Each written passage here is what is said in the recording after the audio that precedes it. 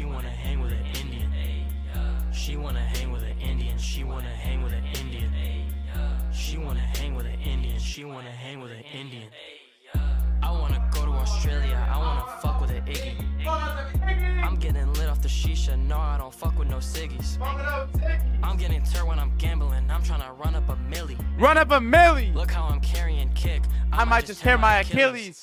No, I'm not country, but I fuck with Bama. Yeah, I'm a G, but I stay with that hammer. 21 told me I'm good in Atlanta. Tricking on bitches, I'm neon to Santa. Ouch. PJ to Mumbai, come fuck with the G. Car type with Bama, It's 10K a seat. When I go shopping, I don't need receipts. She wanna fuck with Mikhail Rafik. She wanna hang with an Indian. She wanna hang with an Indian.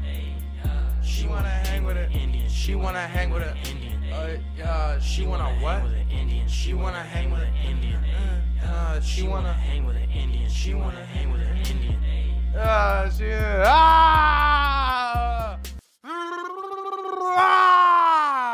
Man. Fuck, man. What the fuck is good, baby? How y'all doing?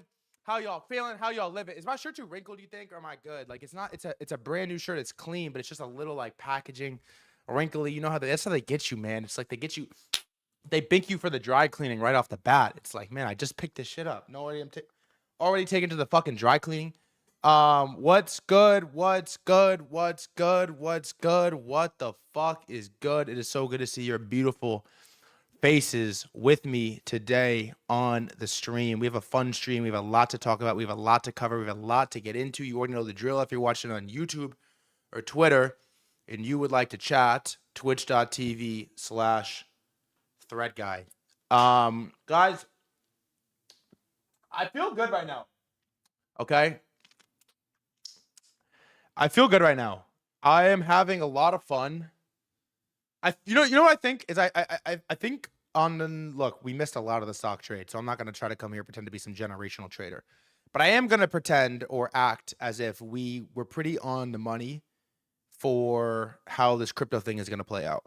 And I'm looking right now, and I said Bitcoin dominance goes down, regular Bitcoin chops, and ideally legs a little bit higher, and then all of the flows consolidate into 3 or 4 coins. And you look at Hyperliquid, you look at Zcash, and look at VVV, and they look fucking incredible. Flow with the gifted. We're all getting, bro. We are all getting girlfriends. By the way, boys, dates are back on the menu. I'm fucking locked in right now. Dates are back on the menu. I'm fucking locked in right now. Dates are back on the menu. Collared shirts back on the menu. Clean skin back on the menu. Portfolios going up back on the menu. I feel like we've been on top of this move, and I'm just gonna say, I'm reading Twitter right now, and everyone's talking about like, oh, Hyperliquid is too consensus. Zcash is too consensus. I'm gonna take profits on Hyperliquid. I'm like, bro, literally everybody is dead. Everybody's dead. The only people left, if you honestly, if you're still here in trading crypto, if you are still here and trade anything and you have any money in your portfolio, you are like a by default signal in a sharp. Like a by default. Everybody's dead. They're like, oh, it's consensus. It's like, yeah, it's consensus amongst the 20 people that aren't dead. It's like we're sitting on the river watching dead bodies float by with 99% of the population. The pandemic just wiped everybody out, and we're like, yeah. Like, washing your hands is too consensus. I'm like, bro, there's like 30 people left. It's like we're at the morgue. Is that the word I keep saying, this morgue? It's like we're at the morgue discussing like what tokens are consensus. Like, bro, everybody's dead. This is the brain. No shade to Beanie, but like, bro, this is the brain right now of the average like crypto participant on the TL. Okay, I made this tweet to D Gills. I quoted D Gills. I'm basically just saying it's wrong to call crypto traders counter signal because if you're still here, you're nice. And Beanie, who I muted so I can't find it, replied and is like, I think you're confusing good traders with insider bundlers and market manipulators. And I'm like, bro, there isn't even anyone to manipulate an insider bundle anymore. There's 3 tokens. There's nobody to bundle. There's nobody left to bundle. If you basically didn't trade these 5 coins and really 3, you've made no money. And he replies and is like, I can't even find it. I gotta unmute him. He replies and says, I haven't made money on a crypto token since 2024. The last time I made money in crypto was with Bohm in 2024 that I absolutely nailed for a quick 1000x. Bro, that was 3 years ago. 3 years ago. This was 3 years ago. The last time you made money in a crypto trade is 3 years ago. And so you have to understand, really, and I'm not some turbo crypto bull right now. I pick my spots. I have one spot and I really fucking like it, okay? I put all my eggs in one basket. I watch it very closely, okay? Stanley Druckenmiller, I stole that. But the people that are on the timeline talking about, oh, Hyperliquid is too consensus, is like, brother, you haven't made money in 3 years. 3 years, okay? And by the way, I understand not making money in the last year, but in the last 3 years, there's been a lot of spots in 3 years. Let's just, like, Bohm predated, like, Whiff, if I'm not mistaken. Bohm predated Whiff. Maybe I'm a little bit off on the TL, but I think Bohm was the end of 23, January 24, if I'm not mistaken. I'm trying to think back as to where I lived. And so everyone, I mean, bro, it's like you missed everything. I mean, you missed AI season, you missed Trump coin, you missed Believe, you missed everything. Everything. Hyperliquid, the whole Hyperliquid, all of it. And so, yeah, I made money with Bohm too.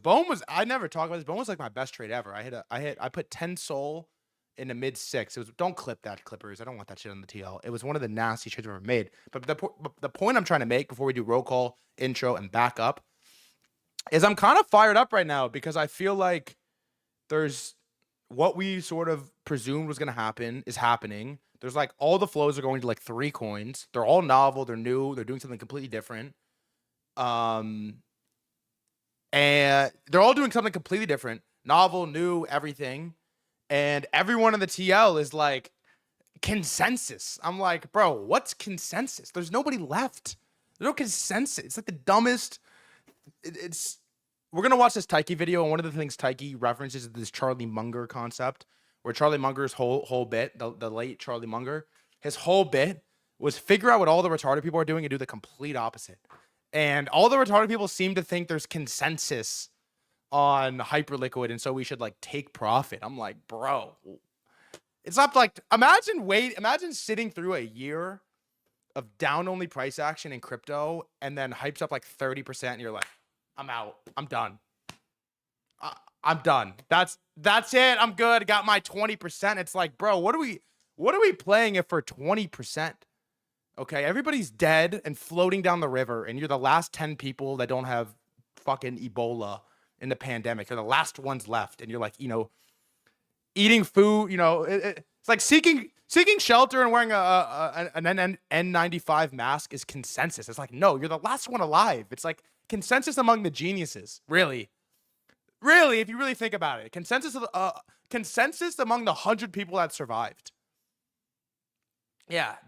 Ansem's bull posting. It's the top. It's like, no. Ansem actually just survived. Actually, the right guy's bull posting Zcash. No. He actually just like one of the 175 that like didn't die. Okay, that actually has money to like make a bull post. And so I just I find this in a very interesting spot right now where crypto is like maybe gonna rip. FUD and fear on oil, bond yields, all of this is back and it's fucking real again, which is exciting. It's exciting. It's like it's real again, right? It's some real fear again. Bond yields are screaming, oil's screaming. The 72-hour war is approaching month 3. There's fucking a spread to be captured everywhere, and it's exciting. There's some real fear setting in again, which is fun because it's like, I don't know, if you're nice, you could bank a trade. I'm not saying I'm the one that's gonna do it, but somebody somewhere is gonna bank a trade here. It's fun. So we have a lot to talk about today. I'm just like fired up because I'm just like I just think it's a beatable ass market. I think everybody sucks, bro. I don't think I'm that good, but I think everybody else really sucks. You know why I think I could be a good trader? It's not because I'm a good trader. I think it's because everybody else is a bad trader. And that fires me up, man. I usually think this about myself playing basketball. I'm like, man, I'm a 6-foot white kid with a 14-inch vertical, but I can really shoot the piss out of it and nobody else can. And so I can just play. You know what I mean? If you can really shoot, you can play. And yeah, I find myself fired up today.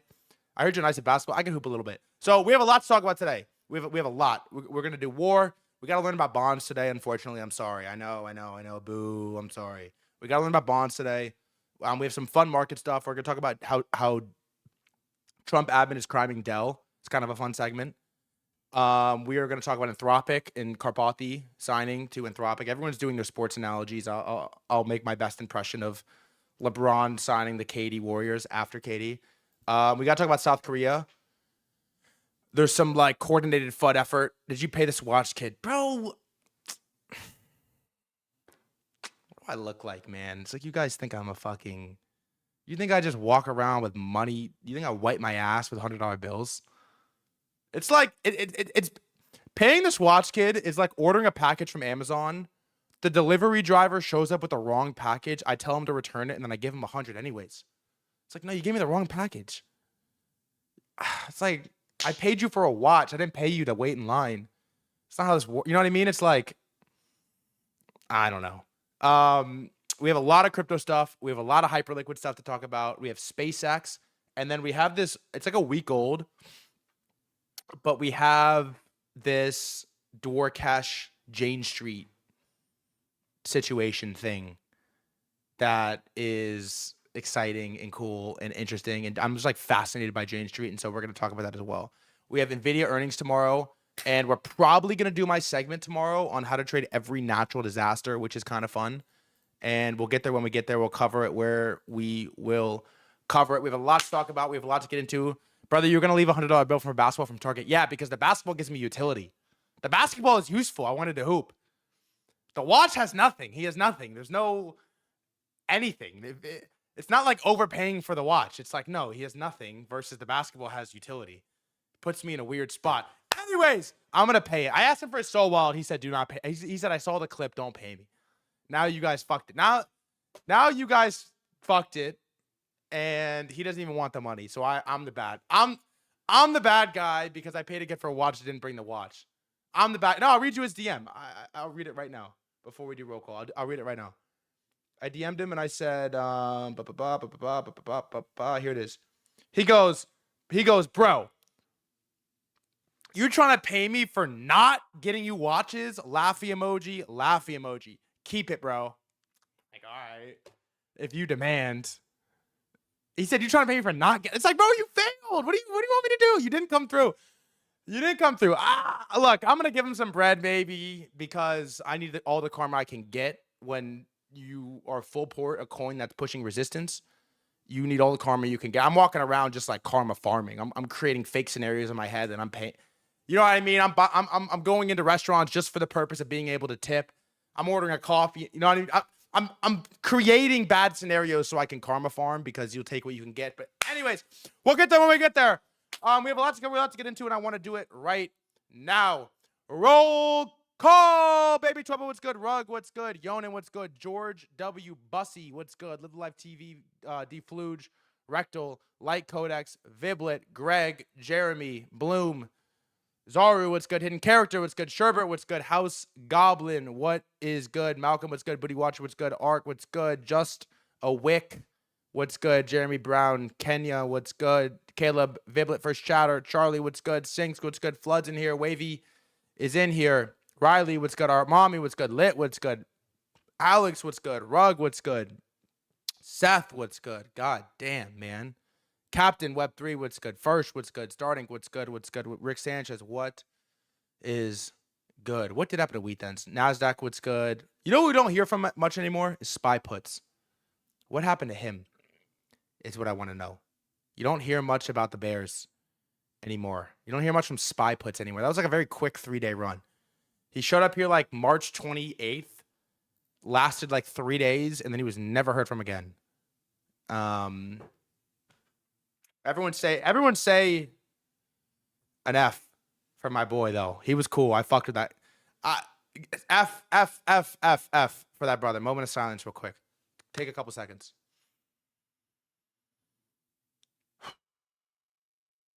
Bears sound smart, Bulls make money is generally how I live my life. Also, real quick, I posted this clip yesterday talking about how everybody I know is a real estate agent and nobody... Dirty ass water. What do you mean? That's the cup's a little dirty.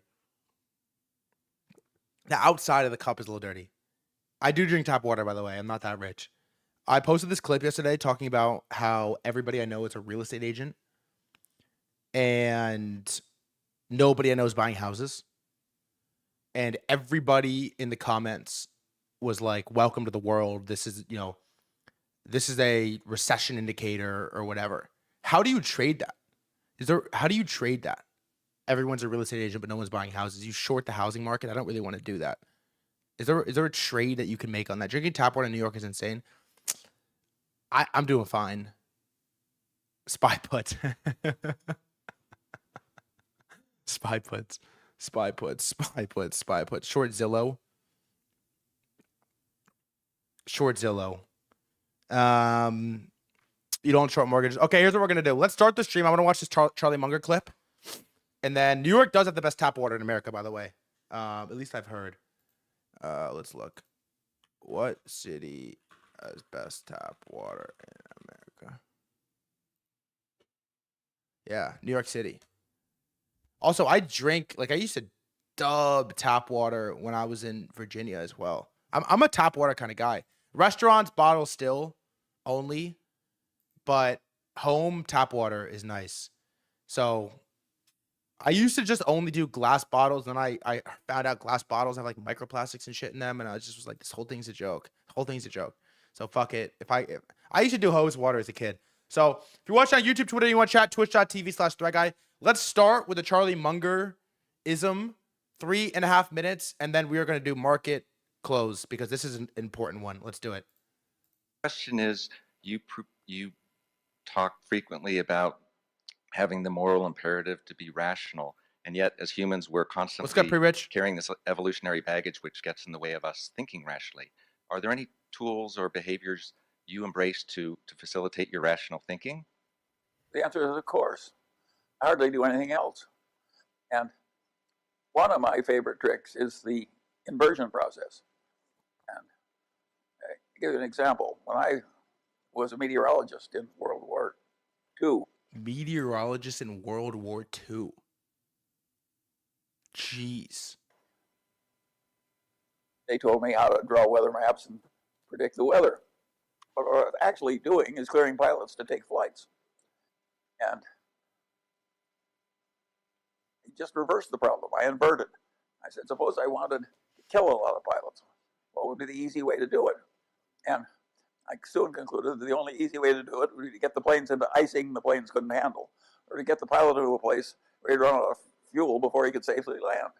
So I made up my mind I was going to stay miles away from killing pilots by either icing or getting them into suck-in conditions when they couldn't land.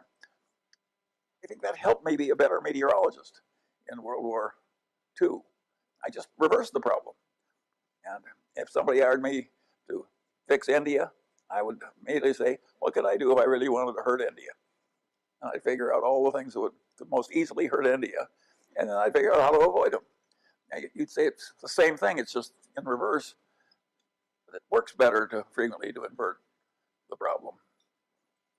If you're a meteorologist, it really helps if you really know how to avoid something, which is the only thing that's going to kill your pilots. And what does a meteorologist do?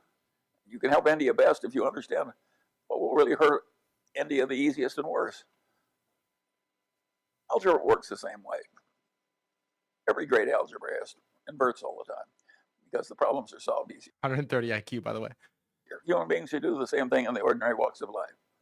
Just constantly avert. You don't think of what you want, you think what you want to avoid. Or when you're thinking what you want to avoid, you also think about what you want. And you just go back and forth all the time. Peter Kaufman, who's here today, he likes the idea that you want to know how the world looks from the top looking down, and you want to know what it looks like from the bottom looking up. If you don't have both points of view, your reality recognition is lousy. Peter's right. And inversion is the same thing. Just such a simple trick to think, how does this look from the people above me? How does it look from the people beneath me? How can I hurt these people I'm trying to help? All these things help you think it through. And they're such simple tricks. They're like the lever. They really... So Tyke, in his video of why he's bullish in crypto, talks about this inversion concept, Munger, and he uses it, extrapolates it to two parts. The first thing he says is like a general framework is to figure out what all of the most retarded people think is going to happen and then do the opposite, which I think most of them think we're going to go lower on coins specifically. Like definitely many of the dumbest people I follow are super, super convinced that we are going to go this way. But the second thing he thought about or talked about that I thought was very interesting, we're going to watch the video later in the stream. Because I think it's really good actually, is like when you're thinking about what the next coins that get flows, real flows, are going to look like, you should probably start by inverting that to figure out what they're definitely not going to look like. Okay? They're probably not going to be some sort of L1, L2 infra token again. Okay? It's probably not going to be some super bloated, low float, high FTV VC coin. I might get some flack for this. Probably not going to be a meme coin again. Like, does this, if we were to extrapolate 2 years out from now and you were to look back and you would say to yourself, wow, the trenchers really won again. Does that sound right to you? It doesn't really sound right to me that is how it ends. It doesn't really sound like that's how it ends to me. Like the trenchers did it again fully. That doesn't sound correct. And I know it's more complicated than that, but my brain isn't really down with that the meme coin kids did it again. It's like, I don't think that is really the most likely outcome. That doesn't sound right, And it doesn't mean that there won't be spots, but it doesn't sound right to me that the meme coin kids did it again, wiped the table again. And so then you look at what we have and it's like, okay, one, you don't think trenchers probably don't win again. VC scams probably don't win again. Infra tokens probably don't win again. Also, mass token dilution, thousands of tokens rip also probably doesn't win again. And so then you can kind of go backwards and consolidate one, less coins, more flows. Two, I don't know, the trading platform, like tokenization is the biggest narrative. You come up with like a hyperliquid that's hitting price discovery on TradFi assets and on commodities. It's like, okay, that one makes sense. You come up with like a Zcash thing, which is return to cypherpunk, return to crypto ideals, return to like 10-year proof of work distribution, return to privacy. You're like, okay, that one makes sense. You come up with the VVV thing and you're like, all right, we've been trying to do AI coins forever, but what about actual like private AI that's on Robinhood now at like 800 mil? And you're like, okay. And it's kind of optimistic to me to work backwards on what I think definitely is not going to happen. Like, what should we definitely not get too excited about? It's pretty clear to me, right? It's like meme coins, maybe, but I'm not that excited about them at all. And then the rest of the stuff is like VC alt scam, not doing it again. L1s, we're definitely not doing that again. L2s, we're not doing it again. L3s, we tried that. No, thank you. And if you go backwards from first principles on like what the worst stuff is, you sort of end up with like some decent stuff. And bet it out, cool. Like, yeah, there you go. Beautiful. Launchpad tokens, probably not, but maybe like good launchpad token, real businesses, cool, interesting. And I just find it leaving me feeling pretty optimistic about what is left on crypto to get some of these flows. And so this isn't fully gonna be crypto stream. We have a lot of TradFi stuff to talk about, but I leave feeling pretty good because my counterparty I think is really dumb. I think, and I'm very self-conscious of my counterparty smart. I think my counterparty is really dumb. I think my counterparty is fucking stupid, and for the most part, and that to me, gets me going. So, all right, I'm out. Market closed 8 minutes ago, baby. We gotta do market close. We gotta do market close. You already know what I want to know. It was a fascinating day in the market. It was a wild day in the market. It was a scary day in the market. You already know what I'm here to ask you. What are you long? What are you short? What do you like? What do you hate? What have you made money on? What have you lost money on? What are you looking to enter? What are you looking to exit? I want to know every single ticker you are in, every single ticker you have exited, everything you could maybe buy, everything you could maybe sell. Uber, I love it. Why? Closed near long, right when it was starting to look interesting. Long VVV, congratulations. I fucking piled in more hype. I don't know, man. I'm scared. What are you scared about? Long Micron, peak of the dip. I bought more Micron. I don't really know why, but I am buying it. Trying to get long Nvidia. Earnings tomorrow. I'm just gonna stop you out and give you an entry probably. Long TE. What is that? Long Micron. Long Poly market. How are you long Poly market? I wonder. Thinking to buy Zcash, but not sure. Weak thesis. I disagree. Leopold stock. Got it. DCA maxing on what? Apple. VVV Alpha. Is there anything you're up a lot on that you're not selling? Shorting TLT. Whoa. Waiting for good entry on space stocks leading up to IPO. Per. Asteroid and Pod. Is Pod the VVV token? We should do VVV Eco today, maybe. SK Hynix. Nice. Intel. Might sell soon to rotate to Dell. We're going to talk about Dell today. I'm excited to talk about Dell today. Up 300% on hype, long, and holding. So Ashen Butter 13X. Yes, we did do that yesterday. It was fun. First time chatter. Welcome, by the way. Z3. Up 3X on Bloom. Not selling. Why? Welcome. First chatter, by the way. Up on Micron and Intel. Not selling till the end of 2026 at the earliest. Anson was shouting out base eco trenches. Do you have some good base eco trenches when we get to on-chain that you can cover for me? Holding PCT. I don't really know what that is. Long X, LXU, don't know what that is. Up 5% in Kabishi. Nice. Cover calls on Bloom. Nice. Long poly market via pre-stocks. On what platform? Long test, short test, that's my favorite play. Man never says my ticker. LXU, I don't know what that is. Long monad, short near. What is that pair trade? What is that alchemy? Remind me when we start looking. Only long take two like a retard. You could be worse. What else? Maxing the new 6.7, full port Buttcoin. I love the dichotomy of full port Buttcoin, and then I'm long like some triple crazy like minor rare earth metal ETF. Prestocks.com. I don't know what that is. Is that a good platform? Up 120% on ETH short. I don't see a reason to TP any time soon. I just maybe this is a bad bull thesis for TIG Foundation is a generational play. I don't know what that is. Maybe this is a weak thesis to be bullish on crypto majors, but I think the bear case is pretty weak. Is that enough of a reason to be bullish? Like Jesse Livermore has this thing where he talks about if you're not long, you should be short. I don't really. I disagree with that. That's not how I trade. I can't do both ways. It's such a. I'm not. That would like assume I'm the GOAT trader and I can directionally pick both ways. It's hard to apply it to crypto, but I'm more often than not I'm long or I'm flat. I don't really want to be chopped out trying to short stuff that I don't understand how it trades really. ETH will be the first chain to catch the flows of tokenized stocks. That appears to be not true at the moment. What else? We're gonna look in a minute. Scam to 20 mil. If I look at Scam Altman right now, I think it's a 20 mil. I will give ownership of my stream to you. Okay, but you're skipping the 4-year cycle. It's always worked. Yeah, maybe. Any else before we look? KED. Oh, Jesse Livermore. He did. Bears lose in the end. ServiceNow. I like that.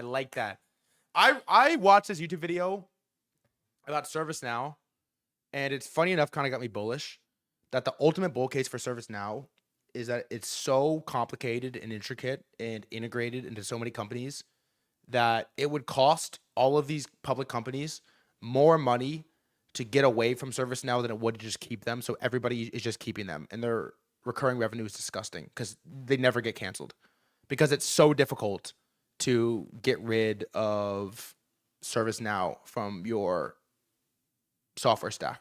It's like the McDonald's ice cream trap. Yeah, it's pretty awesome. Also, Trump loves it.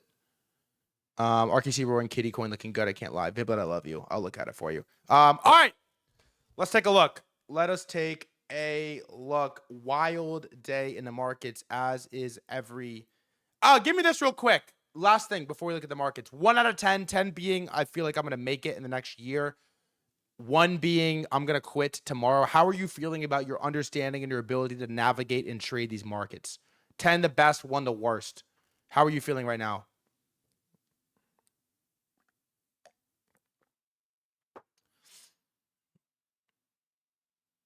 That's pretty good. 3. That's not good. 4 is not good. Everyone lying out their teeth. Yeah, the market's pretty fucked, but it's fun. It is fun, though. It is fun. I can't lie. 3. Ask us the question after midterms. 3. A lot of 10s, though. A lot of north of 6. My P&L says 4. We'll take it, man. We'll take green where we can take green. Tripling net worth is also an option. Yes, the fuck it is. All right, let's take a look at it.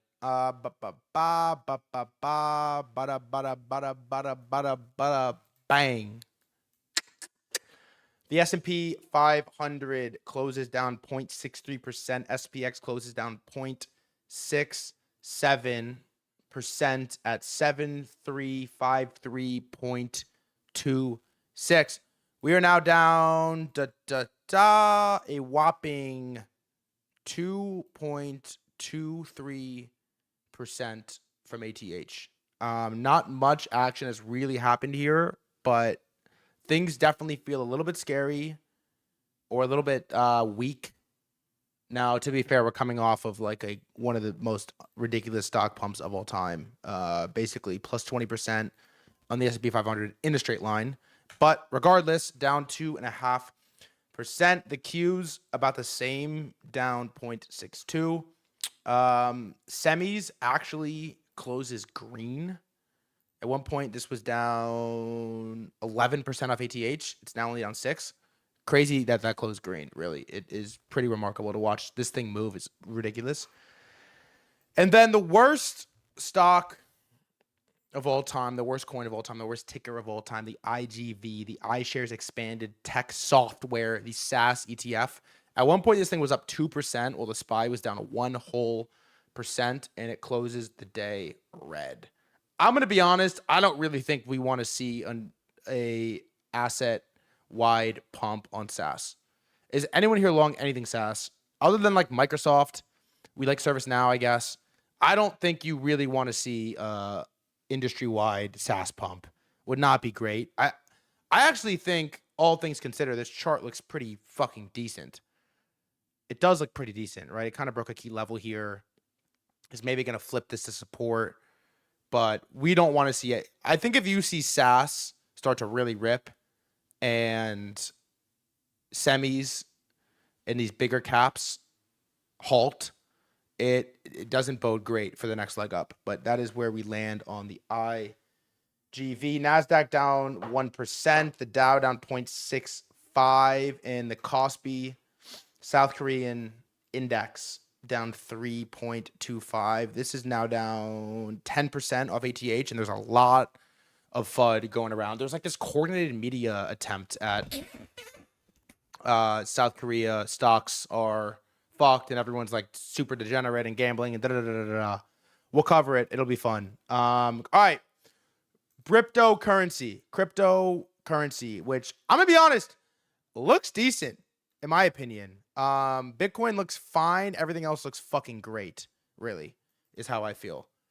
Did you see the Google event? Yes, we will get there.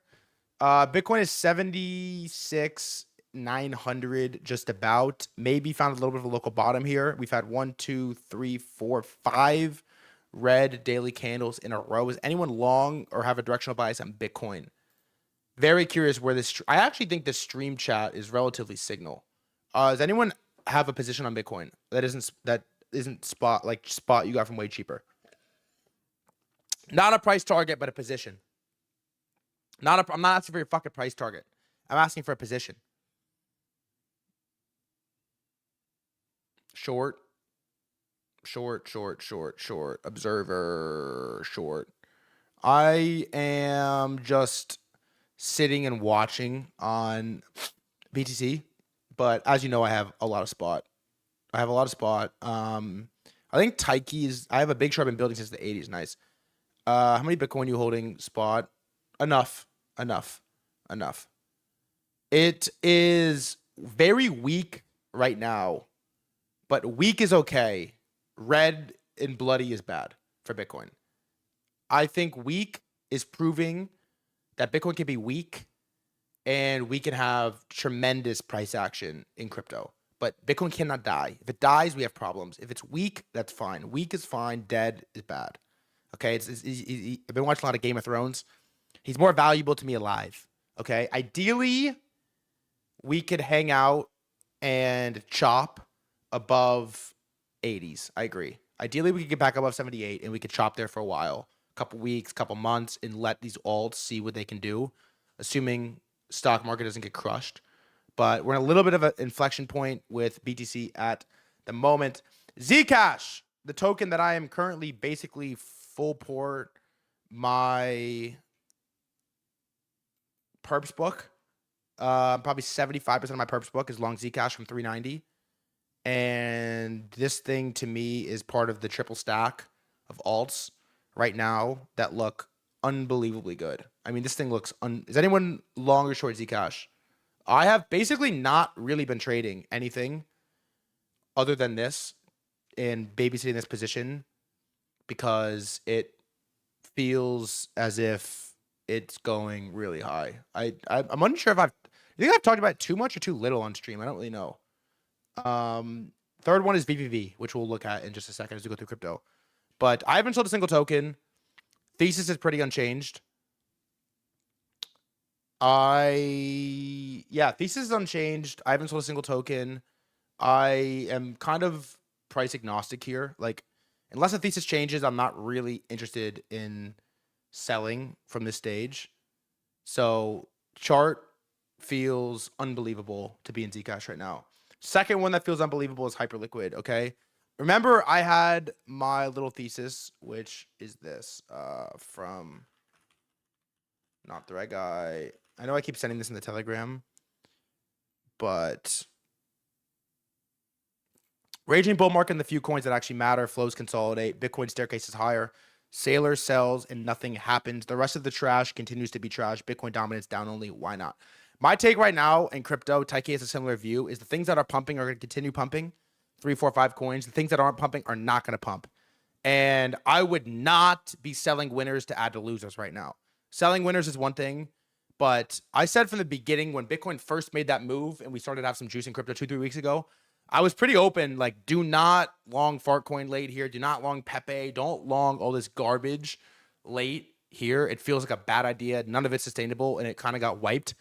I would not be waiting for the, like, higher beta crypto move to happen. I don't think it's going to happen. I don't really think you get it. I think at least the way I'm playing it right now is all the money's coming into 4 names. 4 names, and they're coming in fucking hard. And if sell a winner, if you sell the winner, but don't sell the winner to add to a loser here, because losers in crypto, I think, are going to stay losers unless something structurally changes. And Hyperliquid is looking like one of those winners. I mean, this chart is disgusting. What it's been able to do since that initial CME FUD has been pretty unbelievable. And yeah, I'll look at the teal thing later. I think, yes, the consolidation into a couple coins is a huge part of the bull case. Like, you really are watching 3 coins hyper outperform while Bitcoin does nothing. Now, Bitcoin could ruin this whole thing. It really could. Bitcoin could ruin the whole thing, and then, you know, it is what it is. But I said what I said and will continue to say when I first entered Zcash, which is like, you only get so many spots. And when you get a spot, you got to fucking take it. And I'm just not going to make it hitting singles all the fucking time. So that is where I'm at. And then the third token, which looks fucking unbelievable, is VVV. One of the craziest charts ever. The ATH top last on this one is filthy. Could have hit this. Zcash just printed a bearish divergence on the hourly. I'm not trading the hourly, brother. I'm trading the fucking monthly chart. I'm not trading the hourly. This token is unbelievable. It just got a Robinhood listing, and we have needed an AI narrative coin in crypto that actually does it, I think. And this is maybe it. Who has a position in this long short? Sorry, I'm late. Welcome, brother. Billionaire founder, by the way. Is he?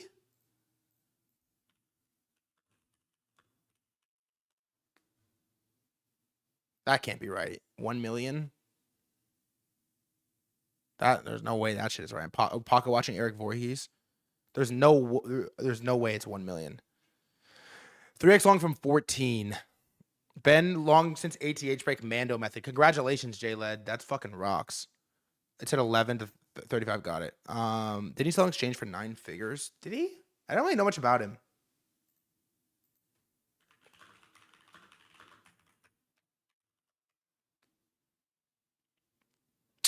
Shapeshift founder Eric Voorhees.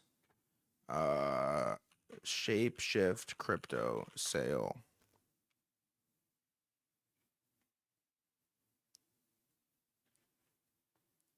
Did it sell? Huh. I've actually never heard of, he sold Satoshi Dice. I can't believe I signed up to chat. Twitch is be more active. No one cares about X. I don't read the X chat. By the way, if you're watching on YouTube or Twitter, you want to chat, twitch.tv/threadguy. It's hard. It just doesn't work. Like it's tough. Anyways, moving on. Now to the stuff that doesn't look good. ETH looks pretty terrible. Not good. I don't think this matters if it continues to look bad, but it does not look good. Solana looks awful as well. The metals trade has kind of gotten cucked too. Let's put this in order. Let's move gold up. Dana, thanks for the gifted. Long hype, Zeke, VVV. Feels like a trio. Copper just got turbo cucked on this breakout. It did. I think if you wait, what does that say? Satoshi Dice, one of the first Bitcoin gambling sites, massively popular, accounted for over half of all Bitcoin transactions, sold it in 2013 for 126,000 Bitcoin. What?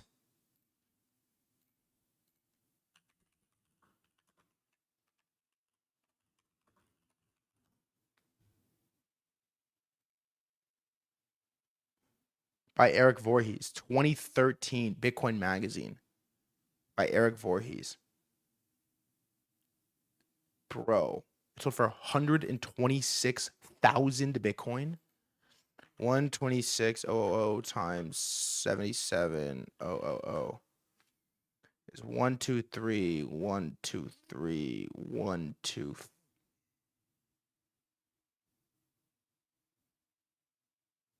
What? Hold on. 123, 123, 123. Does that say $9.7 billion in Bitcoin? Is that what that says? Oh my God. What did they do with it? Does anyone know what they did with it? Oh my God. That is disgusting. If he held, he's fine. Yeah, I would imagine he's fine. 126,000 Bitcoin. I would go out on a limb and say he's probably fine. Jesus. Okay, who's long metals? Where are my metals chads at? DNAP, are you out? Silver got cucked. I'm happy I didn't enter. I was interested in entering the copper. D-Goes, what's up, brother? I was interested in entering copper. This felt, dude, I don't know. If you got Whitey, thanks for the gifted. If you got cucked on this, like I don't blame you really. This looked fucking ready to go, but cucked.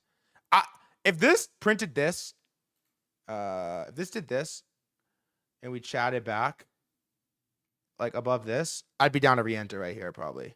But I don't know any. I've never really traded metals. I don't really know how to make money on metals. But if it were to chad back, I'm down. But otherwise, this was kind of a weird.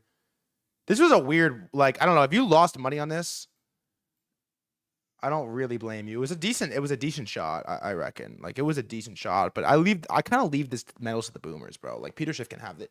You want to trade silver? Like, all right, bro. It had one move in 20 years. Like, you got it. I'm good off of that. I mean, this thing had one move in like 30 years, bro. The monthly chart. It's like, you sat in this after the last pump in 2011, you sat in this thing for like 5,327 days. What's up, Thread? I used to work with you in the card brokers days. Cool to see all your success. No way. What's good, bro? Is that who I think it is? What's up, homie? How'd you found us on Twitter? My guy. Copper is sort of perma-cucked here, honestly. Not trading it. Curious if anybody is. And then gold looks weak. Weak. Not in it. Not entered. At least Bitcoin isn't correlated to it anymore. Does anyone have a position in gold? Yeah, give that dude a D9. Give that brother a sub. Give that brother a subscription. Does anyone have a gold position? Where my gold chads at? Where are you? Souls just somehow made it to this list. We have the Ansem line is down. How much from the Ansem line? Like, I know he was Thread. No, he didn't actually.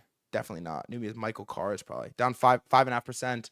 Stretch, I think, is not relevant here, but we shall give it a look. 38 Bitcoin. What the fuck are we gonna do with 38 Bitcoin, Michael Saylor? How are you gonna refinance the debt, Michael? And then bonds, which I don't know that much about. But we have a video we're gonna watch, are screaming right now. And look, I don't know much about bonds, but I do know this is bad. Okay, I know this is bad. I know D Gills was a bond Chad for a couple weeks. This bad. This also bad. This one worse, probably. I mean, that looks like I'm ready to top blast this. I don't know. This. I feel like I'm ready to top. You should also look at AGG bond market ETF. Also, if you have any bonds, Chads, we should bring into the stream. Let me know. I'm gonna try to get someone this week to talk about bonds. I know I've been putting it off. Wait, let's look at this. If this was an altcoin, the 30-year, if this was an altcoin, I'm blasting this thing. Capital flows is gonna come on later in the week, maybe next week. I mean, yeah, this thing looks like a fucking. Wow, this is to 98. This thing looks like it looks like the wheat chart. It looks like wheat, dude. Wait, watch this. You know what it looks like? It looks like wheat. Should we just top ass both? Futures. Wheat. Weekly. Mando method bonds, dude. I don't think so. It from what I understand, it kind of looks like the wheat chart, right? Like if you just looked at it this way. I mean, it's obviously there's probably a better chart for this to go further back.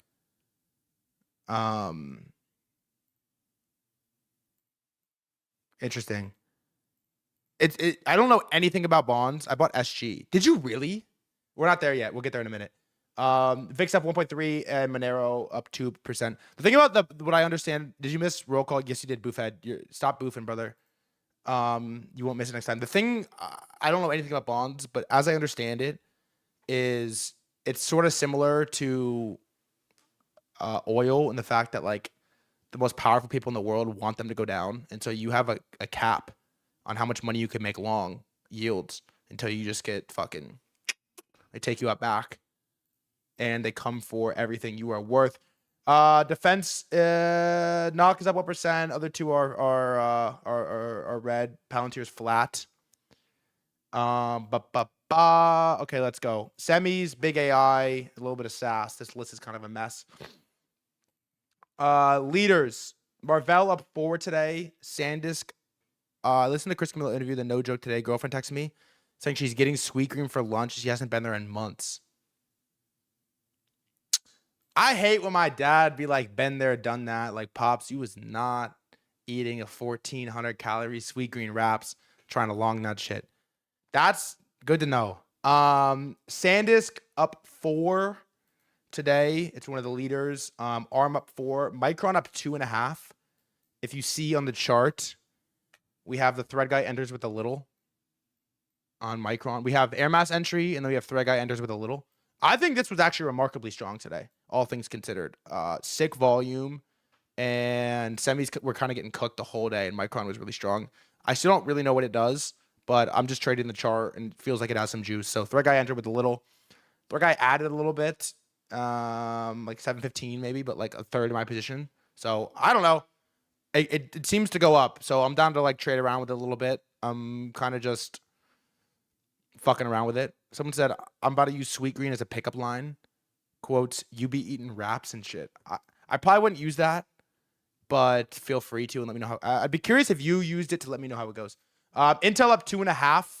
The yellow line is the White House P&L screenshot. Is a funny psychological line, 115. Cerebrus had a nice day. Loracle did not close. Do not tweet about Loracle. He will block you, and we don't want to be blocked by Loracle up 3. Bloom up 1. Where's the chat in here? That's full port Bloom. And then Apple up 0.3. Biggest losers today. QCOM down 4. Rocket Lab down 3. Oracle down 2.5. Software, it was up. Started the day up, but just carnage and SaaS is a disaster. Google down 2. Amazon down 2. Chris Camillo chads. Where are we? AMD down 1.6. Microsoft down 1.4. IGV just sucks. Tesla down 1.4. This is maybe the, if I were ever to short, it would have been this. To be fair, it's gone higher than where I was saying it's the worst coin ever because Dev is launching a second token and it's a bundle. But I'm not really a short seller, but this is a fucking... Is anyone in this? Can I sweat this with anyone? Is anyone in a Tesla short that I can sweat?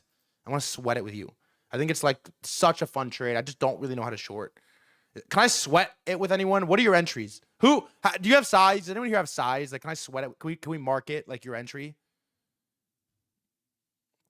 Can we mark someone's entry? Whose entry can we mark?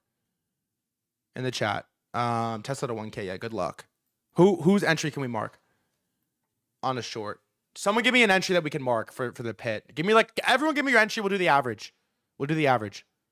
445. You're short from 445. 417. Okay, 445 plus 417. 445 plus 417. Anyone else? Anyone else? Going once. Anyone else going twice? Anyone else? And 419. Any others? 431 plus 420 plus 420. 420 plus 420. That's what? 1, 2, 3, 4, 5, 6. So if I add those all together, I get 25.52. And if I divide it by 6, that means the pit's average entry on a Tesla short is $425. Look how it... 130 IQ. We'll put it right here. Now, your bear case, yes, by the way, your bear case is they merge. You're fucked. You're getting wiped out if you merge. If they merge with SpaceX, you're cooked. That is pit. What's up, Mando?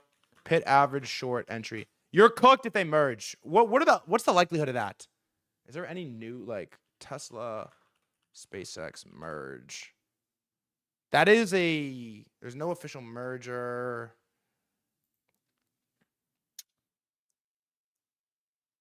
Inside the case for Tesla AI merger. Two of the more credible voices in the Elon Musk orbit are openly speculating that Tesla and SpaceX could combine within the next decade. You're good if it's a decade. You're bad if it's like a month.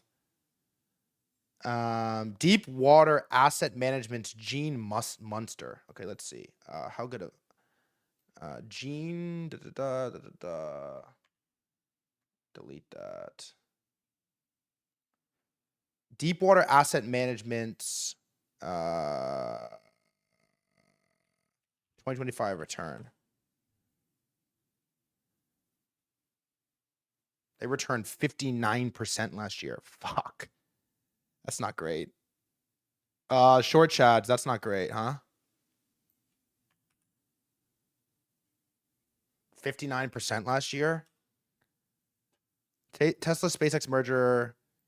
They're calling it an 18% chance.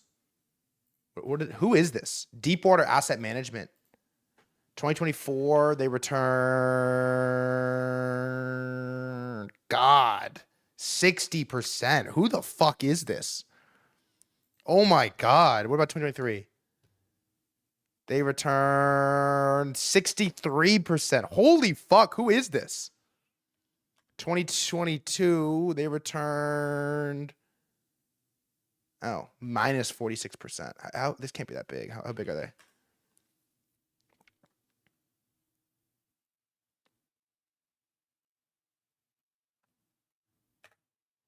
$2022 was hard. How much does manage? How much money they manage? Sub $1 billion. Yeah, this is your bear thesis. Is that they combine, and maybe I'm being naive actually when I think about this, but this is the pit's average short entry. If they absolve Tesla, you're fucked. But if they don't, it's a sick trade. So it is what it is. What happened in 2022? I was trading crypto. What happened in 2022?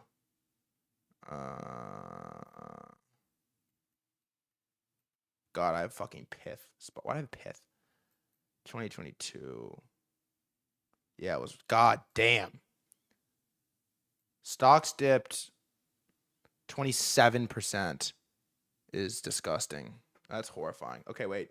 We finished Tesla, Microsoft, Anything else we care about in here? Meta, done 1.4. ASML down 1%. Nvidia earnings are tomorrow, which we will be live streaming. Nokia down 0.5, and then okay, boom. All right, consumer names. Go to the next game tonight. I cannot actually do that. I have a job, brother. All right. What do we care about? Mara is up like 2. Coinbase up 2. Visa up 1. GameStop up 1. This thing is so dead, bro. The tape is so dead. Hims is up 0.6. Sweet Green is still up, basically flat, is up 27% from the Chris Camillo stream. What a fucking... You think he traded it? He came on stream and said he didn't have any exposure. Do you think he traded it? Also, should we check in on TikTok? Is this going viral? Should I check in? Should we check in? My coworkers keep saying I need to make it like a... Sweet Green. Sweet Green decided that you were tired of your corporate slop bowl. So I had the Caesar wrap. It was awesome.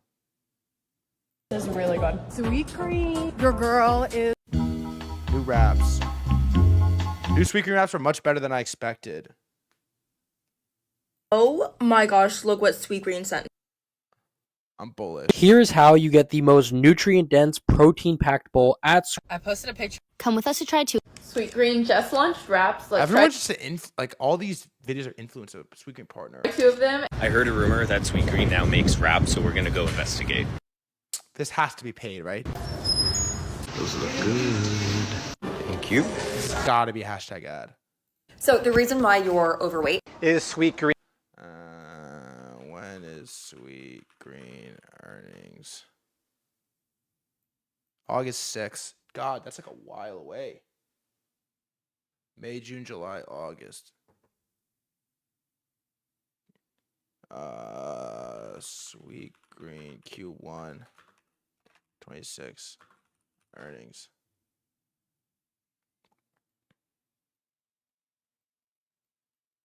Sales dropped 2.9% year over year. Whatever. We'll follow it. Shout out to Chris Camillo, but I think it's up a fucking lot. I don't think the rap trend stays. Probably not for a DGen streamer, I know. Circle down 0.3. Nebius down 1. MicroStrategy to 1.2. Reddit down 3. Hood down 4. Figma down 5. Worst stock ever. IBKR down 3. SoFi down 3. All the fintech stuffs we get crushed, dude. Absolutely crushed.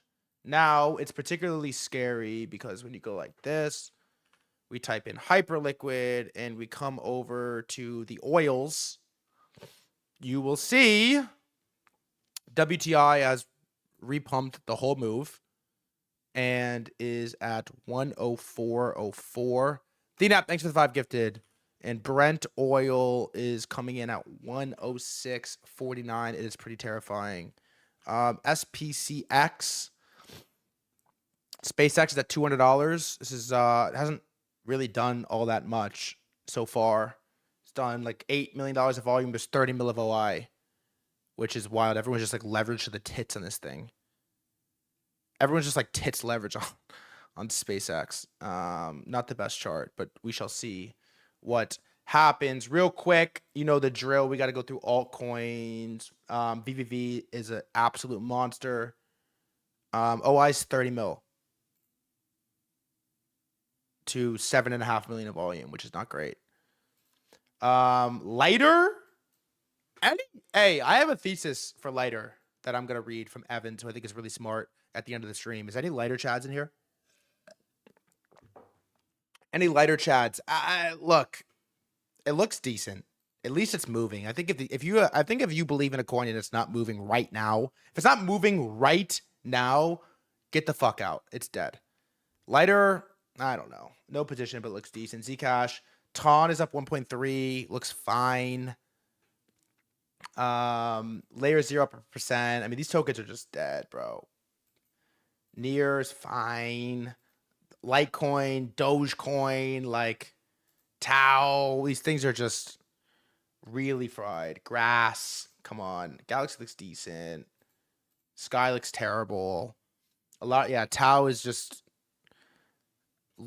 I think if you're a Tau bull, you should just fucking top last VVV, you know? What's good, Ashkoff?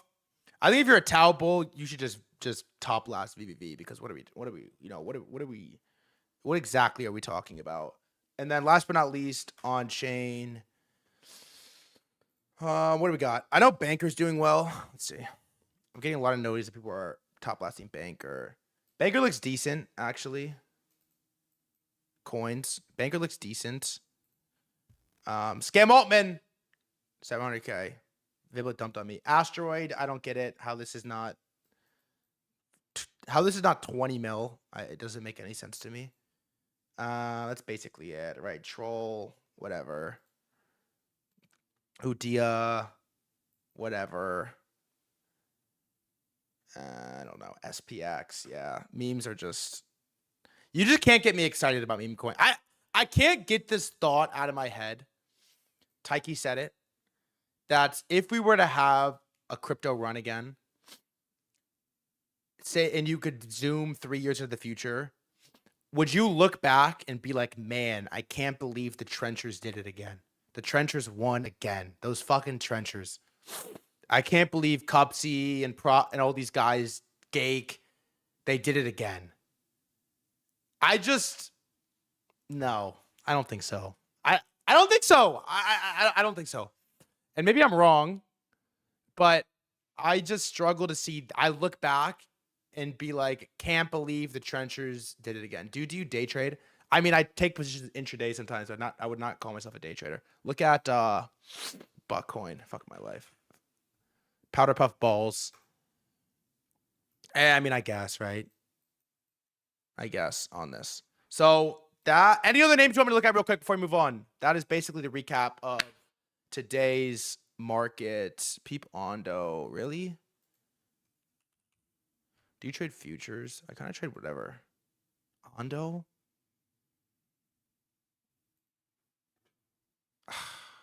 God.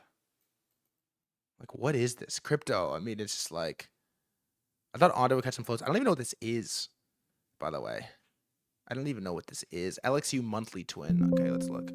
What is LXU? Beep, beep, baby.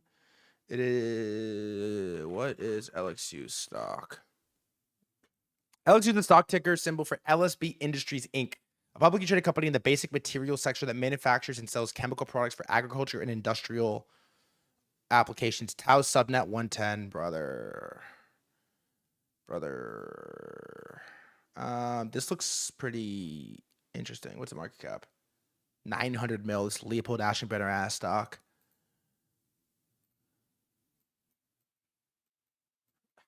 $900 million. Leopold Aschenbrenner has 14%. LFI, please. Yeah, sure. Let's look. What is this?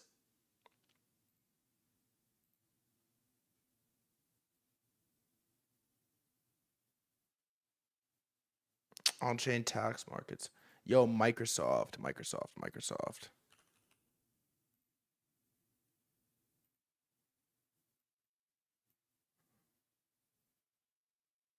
Nothing happened.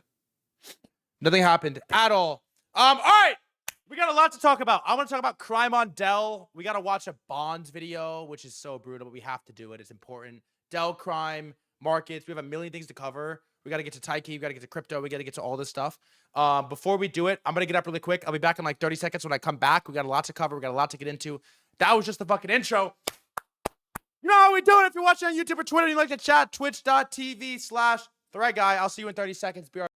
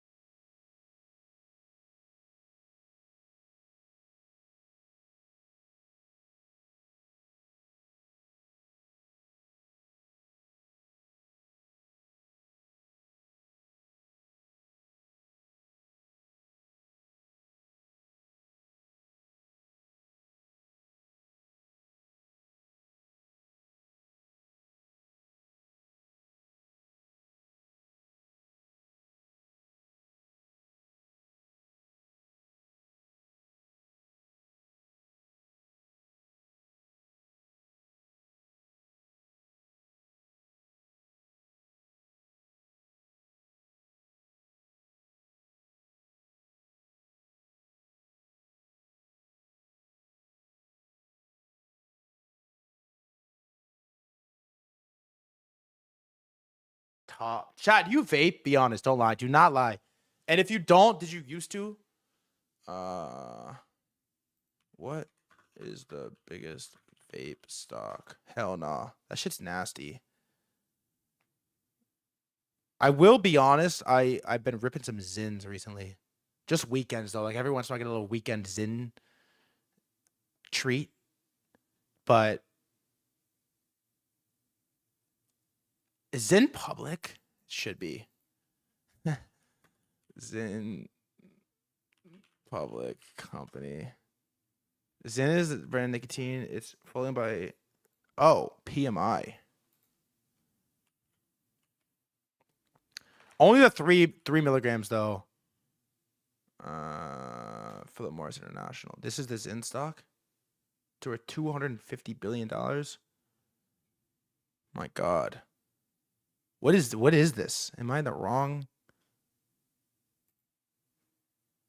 PMI dividend. Yeah, 3 milligrams. Otherwise, I don't want it.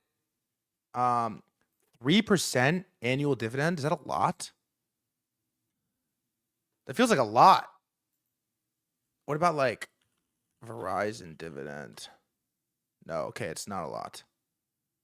What about like Exxon dividend? 2%. Okay. Average dividend stocks. It's approximately 1.1. It's decent. What is like PE of PMI tobacco? 26 price to earnings. That's like pretty high, huh? Tobacco companies get a sick multiple. It's not bad. What's fucking? Is it better than Nvidia? Okay, never mind. Forward PE. It's 25. Forward PE of PMI tobacco. Yeah, I had that wrong.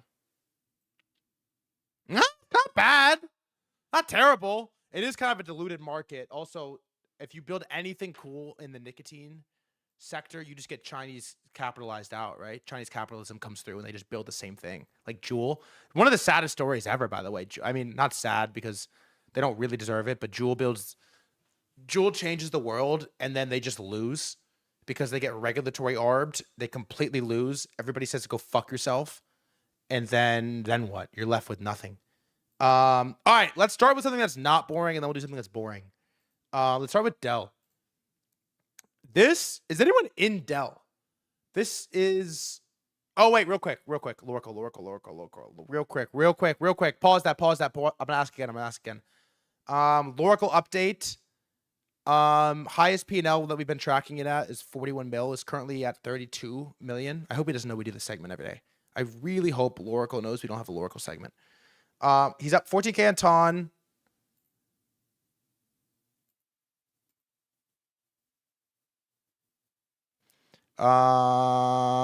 Rad, thanks for the first shatter. Welcome. He's up 14K on Ton. He's down 8 mil on hype. He is just opened a later long. Wow. You know, I don't fully know. I haven't tracked his wallet for long enough, but how do you get excited about a 12K long when you have a $14 million short open? Like, how do you, like, the dopamine? Like, I size creep is a big thing for me. If I have, you know, a 7-figure position open or a mid 6-figure position, like, I look at my Zcash trade and then I open a little micron feeler and I feel terrible because I'm like, what am I going to do with this? And then you start size creeping and then all of a sudden you have huge size and some garbage that you don't even like. And so size creep is a real thing. People don't talk about this enough. Size creep. You hit a big trade, then your next trade is massive. Chris Camillo spoke about this. But anyways, he has a lighter long open. He is short NASDAQ 100 for like 37K and 20X, up 10K. He is short Tesla 10X, 41K margin, up 21K. He's basically out of SanDisk. And then he round tripped a lot on Scarlett, thanks for the gifted. He round tripped a lot on Cerebras, but he's still up 63K. Cerebras was the biggest gainer today on my like Semi's watch list. So that's Loracle. Now, back to what I was saying. Is anyone long Dell right now? I feel like this, first of all, chart is unbelievable. So it isn't like this is some fucking big alpha I'm giving you, but we got to get better at tracking this Trump stuff before it goes crazy. And we're going to look back on some historical signs that were there, because Dell is being crimed so hard right now. It's unbelievable. This thing has a $153 billion market cap. What's forward PE? Forward PE of Dell is 16 and 20. And what do they do? Oh, they make shitty computers. What does Dell do? Like, why is it going up? Is it mostly just computers? Computers are super mid, you know? Huge computer business, but that is, I don't know. I feel like Mac just wins that, but whatever. Nonetheless, it has a unbelievable chart. Did they make chips? Does Dell make chips? Was in a coma for 10 months. What tech should I be using to trade every chain and bundle check? Or Twitter tracker still a thing? You should go. You got to go join the Cupsy stream, big dog. No, they don't manufacture its own semi chips. Huh. Data center servers and storage. Got it. Let's see, like Dell data centers. Interesting. Okay. So this chart is disgusting. Okay. And they're just getting crimed right now. Every announcement is Dell, and it's a massive company. So number one, does anyone here use Dell as a work computer?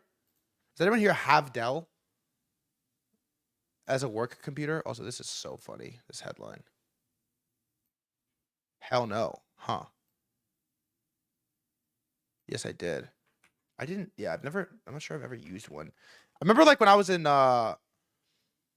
middle school, the computer lab used to rip out Dells. Like when I was in elementary school, we go to the computer lab and they would push in the computer cart, and there'd be like 50 computers on it. Do you remember this? I don't know, 2010s. They would push in the computer cart, and the computer lab was like a thing, and they were all Dells, I think. But anyways, they are getting crimed seemingly at an alarming rate. So one announcement comes out, OpenAI and Dell announce a partnership, which seems like a big deal. Then you get this, which is like, I don't know, when's the last time I've heard from Michael Dell? No idea. It seems like it's been a long time. But they got Jensen Huang and Michael Dell on the panel for Bloomberg. And it's like 1,000 new clients for AI server. This was recent. Came out yesterday. Also, Bloomberg with the background noise is so bad. They should hire Luke. But I don't know. It's crazy to me that they have Jensen here next to Michael Dell, but it is what it is. And so they have a couple announcements, which is like, and then we're going to get to the Trump accounts, because that was the real tell.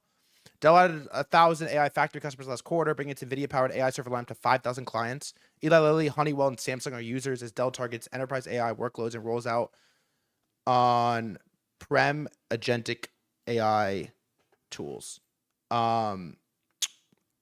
This was maybe when we should have just longed. This is the type of trade that I live for, and I didn't take it, if I'm just being completely honest. But on May 8th, Trump tweets or announces and says, go out and buy a Dell. It's like, dog, I know better than this. May 8th, if you mark it on the chart, I just know better. Is this? It's actually under where he announced it. But ripped it 14%. It's actually under where he announced it. Ripped it 14%, which is crazy. And you get this announcement as well, Palantir and Dell. Like, they're just having announcements with everybody. And so what's interesting about it is all of this started seemingly on the announcement of the Trump accounts. Do you take Addy? Nah, I used to. That shit sucks. Don't take Addy. And so December 2nd, 2025, today President Donald J. Trump joined top lawmakers and philanthropists Michael and Susan Dell to celebrate an extraordinary milestone for Trump accounts. a historic $6.25 billion charitable commitment from the Dells. Trump accounts are a new historic savings tool made possible by President Trump's landmark Working Families Tax Cuts Act. Okay? This, to me, was the sign. Now, what was interesting from this is the way that I recall, everybody got bullish on Robinhood for the Trump accounts, which was not the trade, or not the best one. Everybody was like Robinhood, right? Correct me if I'm wrong, but everybody was saying Robinhood. But he comes here and they donated $6.25 billion. And you're like, what the fuck? Why would it $6 billion? Well, December 2nd, 2025 would put oh my God. It didn't even really pump on this. Like, it didn't really even pump. Like, it initially... Okay, wait. They announced it right here. It pumped 5%. Maybe 6%. And then you would have been down 18%. And from the minus 18%, you basically just gapped, bounced,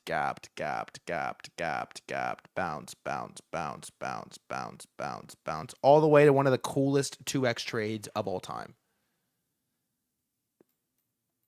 I mean, one of the coolest ever. Did anyone here take this? Is anyone long? One of the coolest. And maybe we're like late to this trend of buying what the Trump family is very clearly criming, but they were pretty clearly criming this. And so they donated $6.25 billion, which was like, hold on, the company's worth $150 billion. It's up 2x from this day. It was worth like $75 billion. They basically donated 10% of the market cap of Dell, 10% to Trump in exchange for a 2x on full market cap. That is insane. Think about that. They donated 10% of the company's value. How do they even have that in cash? How much cash do they fucking have? How much cash does Dell have? My God. They have $11 billion in cash. Dude, they gave him $7 billion. They gave him 10% of the company. How much did Intel donate to Trump?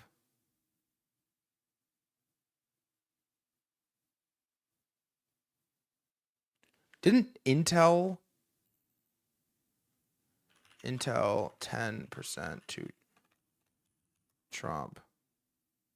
I thought Intel gave 10% to Trump. Is this true? The government took a 10% stake in Intel. Okay. Who else is the government taking a 10% stake in? Chamath called Dell, if you recall correctly. Chamath buys Dell? Maybe Twitter? Chamath, Dell.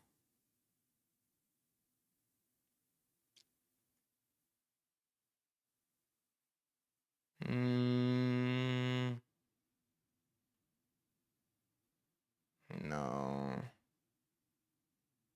He said it in the pod. I can find the clip. If somebody found the clip, that'd be awesome. Michael Dell. Okay, the donation was from his personal net worth, but still, his personal net worth is from Dell. Michael Dell net worth. It's estimated to be $171 billion. Oh. What?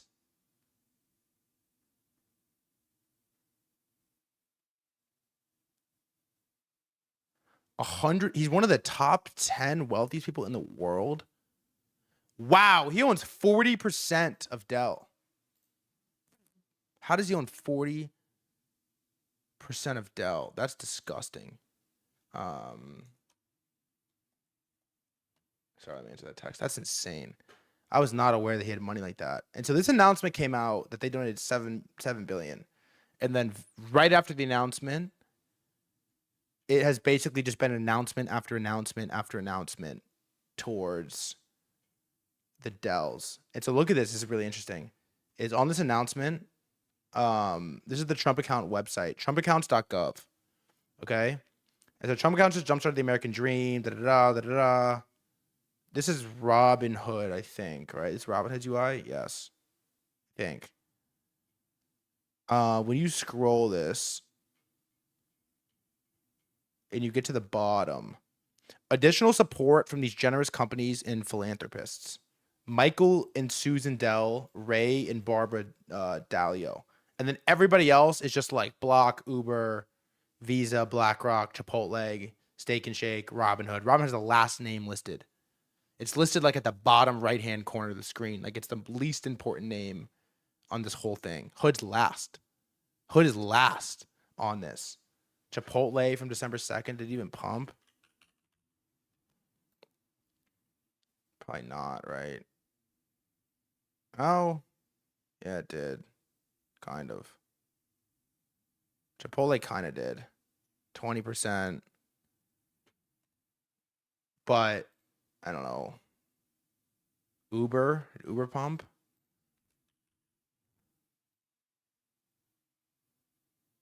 No. Nothing else pumped, bro. Nothing else. Just the name that was publicly listed on this thing, which is pretty wild. The new design team for American websites headed by Joe Gabbia is cracked. I don't even know who that is. And so, yeah, I don't know. I'm watching this and I'm looking at this and I'm just seeing everywhere I look, crime on Dell. Crime is the, I don't know, the only word that I have to use here. But they want this thing feels like it's just going to go so high, but I'm completely sidelined and have no entry at all. And so that is, I don't know. We have to just, when next company America takes a 10% stake in is just super free, Like giga free. I mean, like the most free. The most fucking free of all time. So, all right. As far as markets go, we have a couple things. One huge announcement today is Karpathy, who, as far as I understand it, is like one of the godfathers of LLMs. And if I recall correctly, Karpathy, co-founder of OpenAI, and first person to publicly tweet the word vibe coding. Like he tweeted it for the first time, I think. Karpathy vibe coding tweet. Let's see. Yes, look. He's the first. I believe he's the first person to tweet this. On February 2nd, 2025, he tweets a new kind of coding I call vibe coding, where you fully give into the vibes, embrace. Frank found the tweet. Frank, I'll come back to that in a second. Hold on. Embrace exponentials and forget about the code even exists. It's possible because the LLMs, e.g. Cursor, Composer with Sonnet, are getting too good. And I also just talked to the computer with Super Whisper, so I barely even touched the keyboard. I asked for the dumbest things like decrease the padding on the sidebar by half because I'm too lazy to find it. I accept all always. I don't read the diffs anymore. When I get error messages, I just copy paste them with no comment. Usually that fixes it. The code grows beyond my usual comprehension. I'd have to really read through it for a while. Sometimes the LLMs can't fix a bug, so I just work around it or ask for random changes until it goes away. It's not too bad for throwaway weekend projects, but still quite amusing. I'm building a project on web, or if I'm building a project or web app, but it's not really coding. I just see stuff, say stuff, run stuff, and copy paste stuff, and it mostly works. And this has, as we know, kicked off. Now, it probably would have happened anyways. Kicked off of just a creativity renaissance in vibe coding. And if I recall, Karpathy leaves OpenAI for what, like a year, 2 years?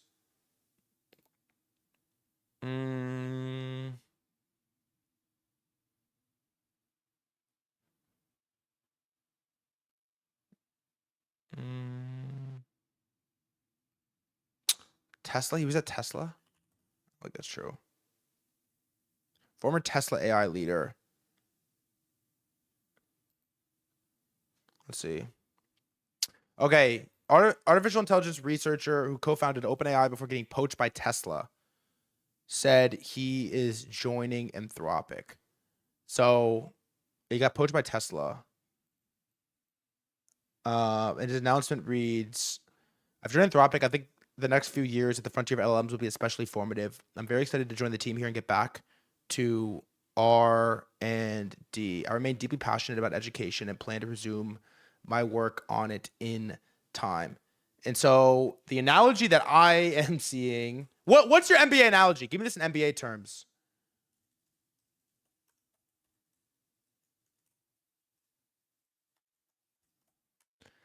Everyone's saying Durant to the Warriors, but I've seen a couple like LeBron loses to the Durant Warriors and then joins the Warriors. That's the one I'm seeing the most.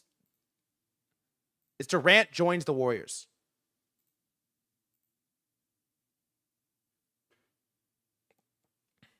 This is the Anthropic version.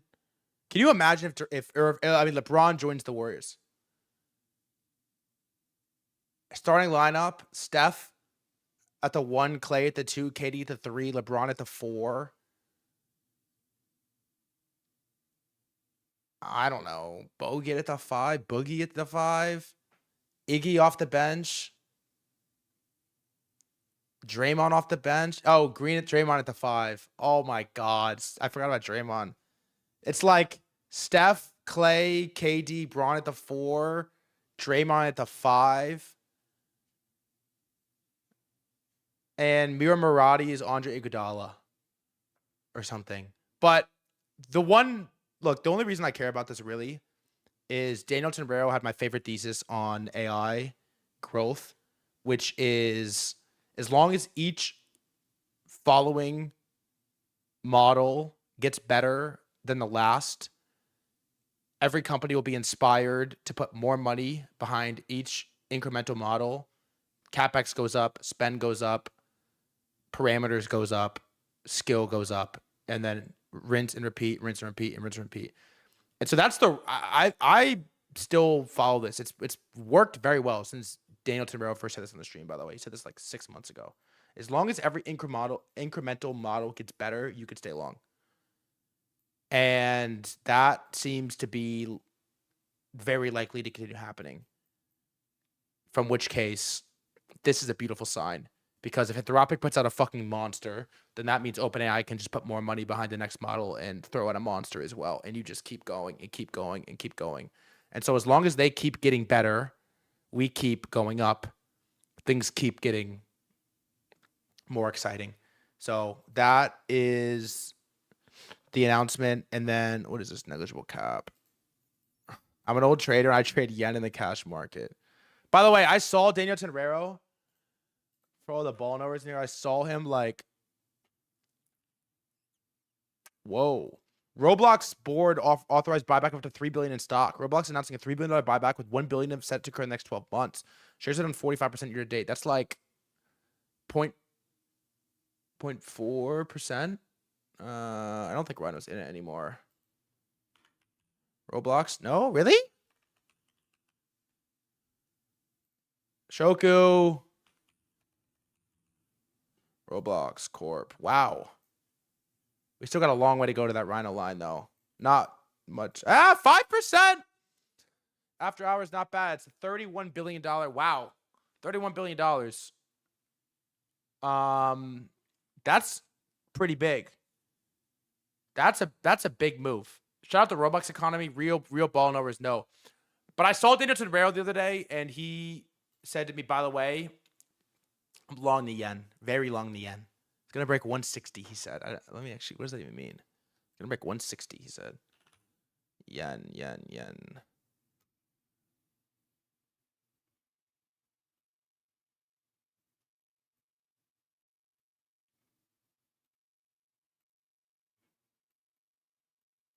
Wait.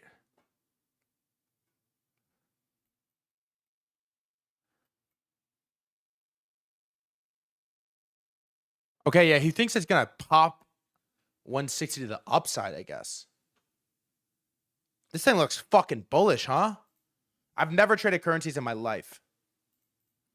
Let's go, let's add this to the list, I guess. Fuck it, right? Daniel 10 bull line. Fuck it, right? Let's add it. 160. Also, they just can't stop winning. Demis from Google is also on and came out to be an Anthropic investor.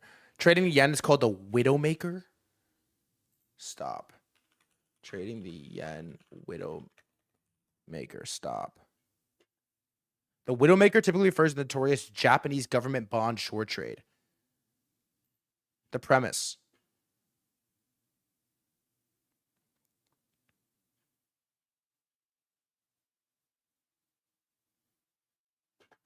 Wait. Why is the yen called the Widowmaker? What does that mean? Refers to the notorious treacherous trade of betting against Japanese government bonds.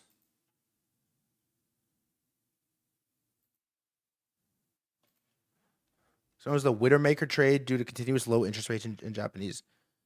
It's because you like Widowmaker's a husband killer. Got it.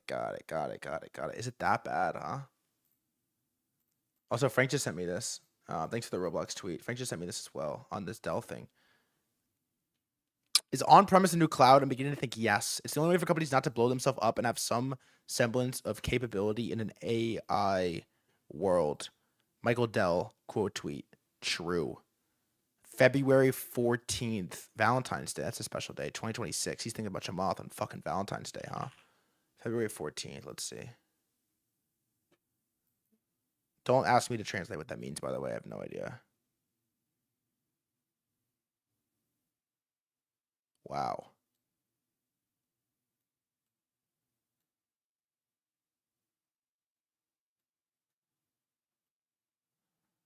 Damn, 117%. Also, I got a DM. I got a text, a mythical message on tell me every company that Trump owns 10% of. And apparently MP Materials he owns 10% of.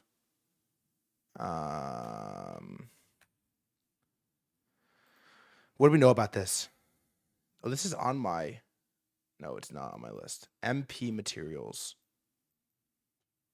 Let's see. Trump takes stake in MP Materials. The Trump administration via Department of Defense acquired a 15% equity stake in MP Materials as part of a public-private relationship finalized to secure domestic rare earth supply chains. The Pentagon invested $400 million in newly created preferred stock and established a 10-year offtake and price floor agreement. What? What do you mean price floor agreement?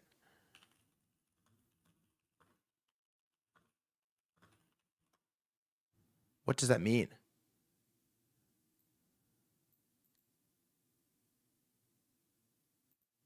Okay, wait. We have to like get smart here for a second. Hold on. The Pentagon's agreement with MP Materials established a 10-year price floor of $110 per kilogram for neodymium NdPr oxide. If market prices fall below this floor, the Department of Defense compensates the company for the difference. Okay, wait. How much of this do they sell?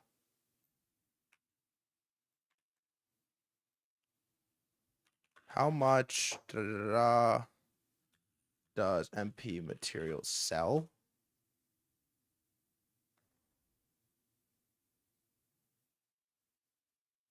Wait. I might be too retarded to land this. How you feeling today? I'm great, brother. What percent of MP Materials revenue is from roughly?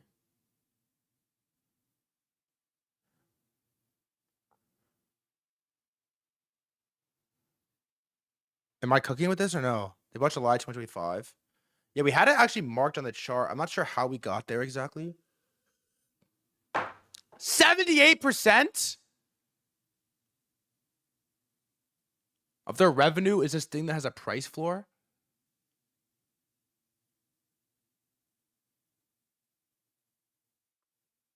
Huh. What of the global market for is MP materials. Bro, 78% of the money they make is from this thing that has a price floor from the Pentagon. Lit is pumping, really?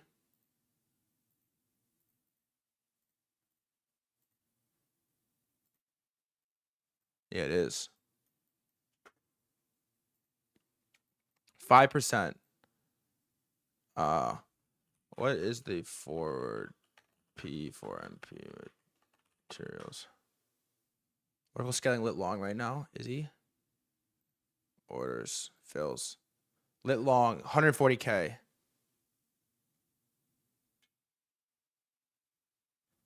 Just once. Just once.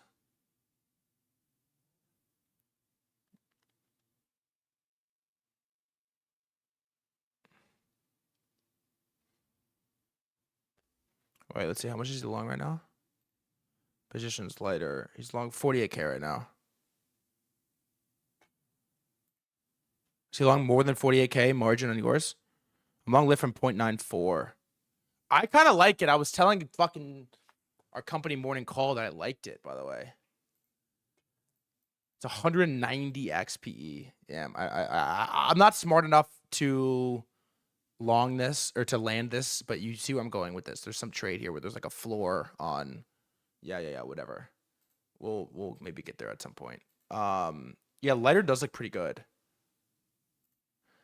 You know, else looks good. Zcash. I mean, there's an Evans thesis here. Might as well just skip around a little bit today. Where did I do with the Evans thesis? Wait, I know where it is. Tom Schmidt.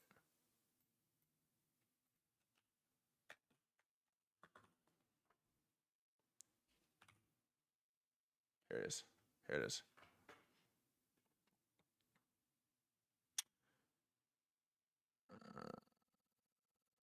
Boom. Okay. So this is what he tweeted, Evans, who I think is really Evan SSS 6. There's still tons of deadweight market cap in the crypto market and worthless coins. But I think Hyperliquid and Lighter are still underowned. They both have strong business fundamentals while hitting the current regulatory zeitgeist. Target $69 and $2. A lot of FUD around potential lawfare, but IMO both are on the cusp of regulatory acceptance that will allow more serious funds and market makers on board. I agree this is a rising tide. The SEC is expected to release so-called innovation exempted for tokenized stocks as soon as this week. This is a huge fucking deal. It really is. Huge deal. Hyperliquid enjoying a month-long free attention campaign as the main venue to speculate on and monitor with the SpaceX IPO coming. Strong PMF demonstrated with the Cerebras IPO and PER plus 2 new ETFs, driving some new TradFi flows. Ledger's doing 20% of the crypto volume, 10% of RWA volume, 4% of the fees, and 2x buybacks while sitting at just 2% of the market cap. It is currently way under monetized while prioritizing growth. Good metrics tracking here. We'll look at it in a second. Shoku is really cooking with Trade XYZ. HIP3 has been an enormous success, and so has a lot of potential to grow orders of magnitude from here. I wish I could long HIP. I wish I could long Shoku and Trade XYZ. Also adjusting common FUD against HL. This could be wrong. Someone made a dash to track new hype ETFs. Let's see. Buyback year to date, percentage of circulating market cap. Laters bought back 5.2%. Hyperliquid's bought back 2.5%. Buybacks year to date, 20 million to 200 million. Wow, Letter mogs them in buyback percentage. Huh.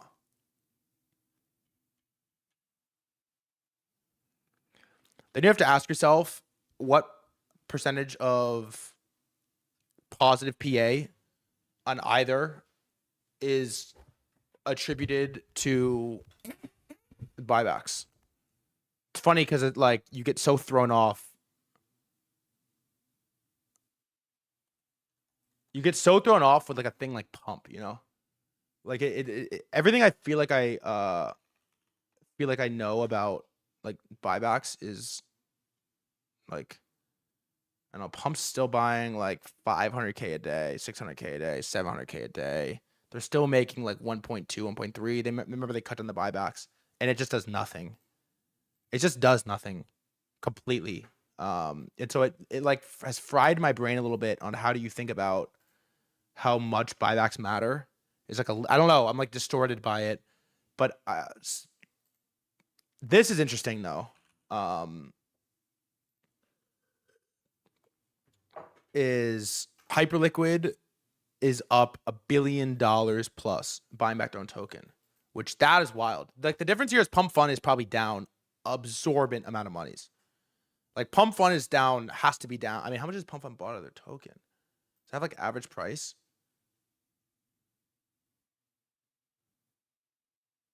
They've bought like $400 million. I mean, they've got to be down they've got to be down many 9 figures on buybacks. Have to be. Multiple 9. Over 9.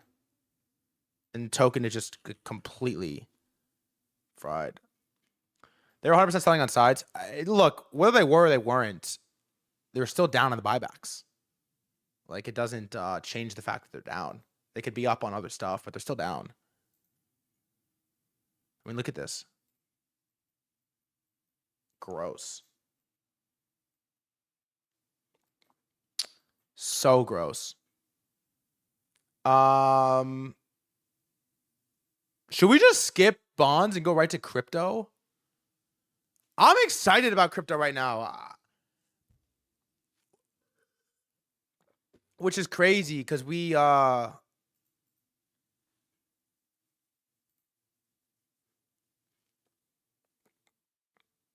right, I'll say one thing about bonds. Maybe we'll skip the video and watch it tomorrow.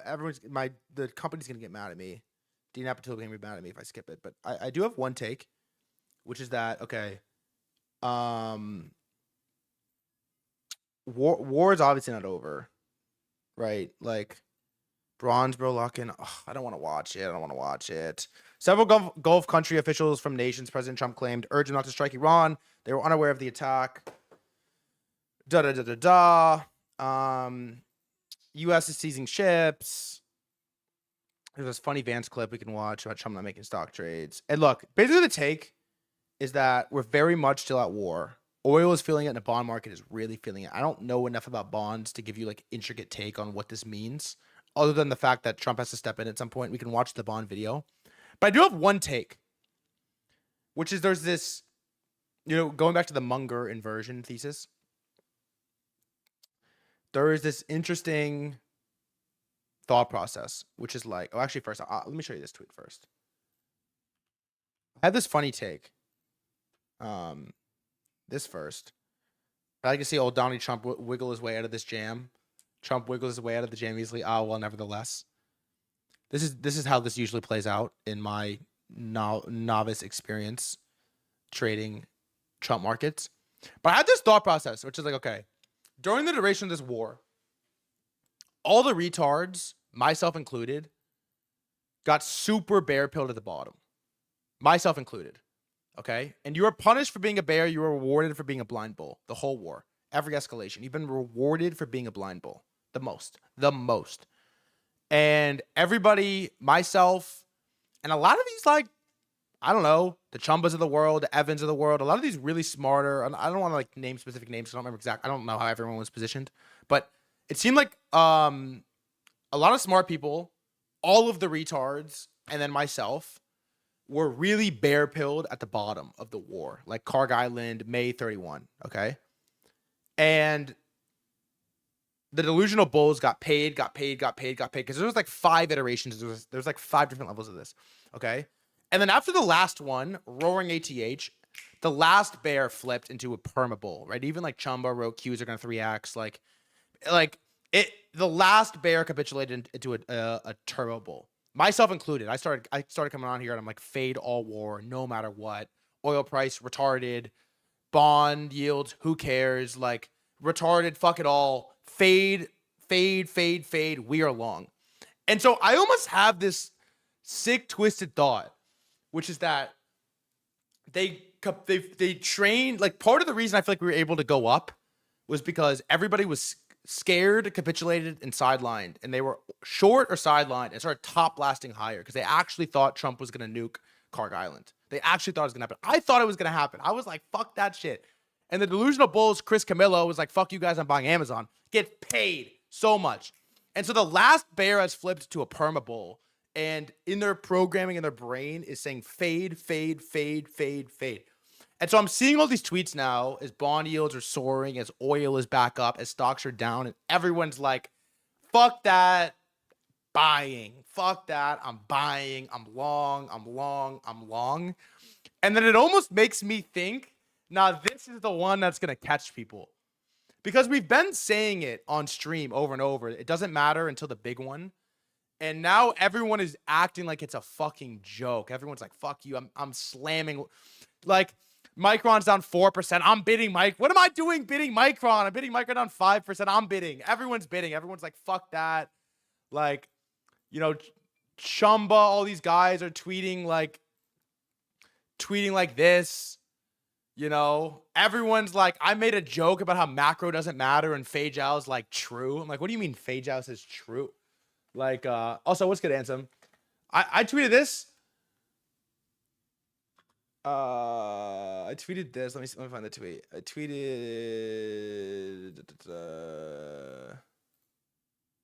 tweeted this. This is Rasmer texting me and he's like scared and I'm like, bro, shut the fuck up. He's like, I'm scared about macro. I'm like, bro, fuck macro. Worst raising rates. Like meanwhile we're full blown war. Oil went to 130 in a straight line. Equities make ATH after ATH. Like fuck macro. And then Fei Zhao replies and he's like, true. And I'm like, wait, no, like, no. What do you mean true? Like you're not supposed to get paid for that. You know, you're not supposed to get paid out for that. And then, so in a way, I'm sitting here watching this, and I'm like, I feel like part of the reason we were able to rip after March 31st was it was painful because everybody was out. Everybody dipped, flipped short, flipped bear. All the retards were bear, and then the market's like, nah, like we're gonna go as high as possible with as few people in as possible. But now everybody's in. Everybody's a bull. Everybody's like 3%. I'm slurping the 3% dip, and it doesn't feel like great. I don't know. I'm kind of like, ugh, I don't know what happens here. Whole time Trump's still saying we should be higher. Oil should have gone higher. Oil should have gone higher. Surprise stocks didn't go lower. And so it feels to me like you get caught in one, right? At some point here, you get caught in one and the setup is decent for it to happen right now.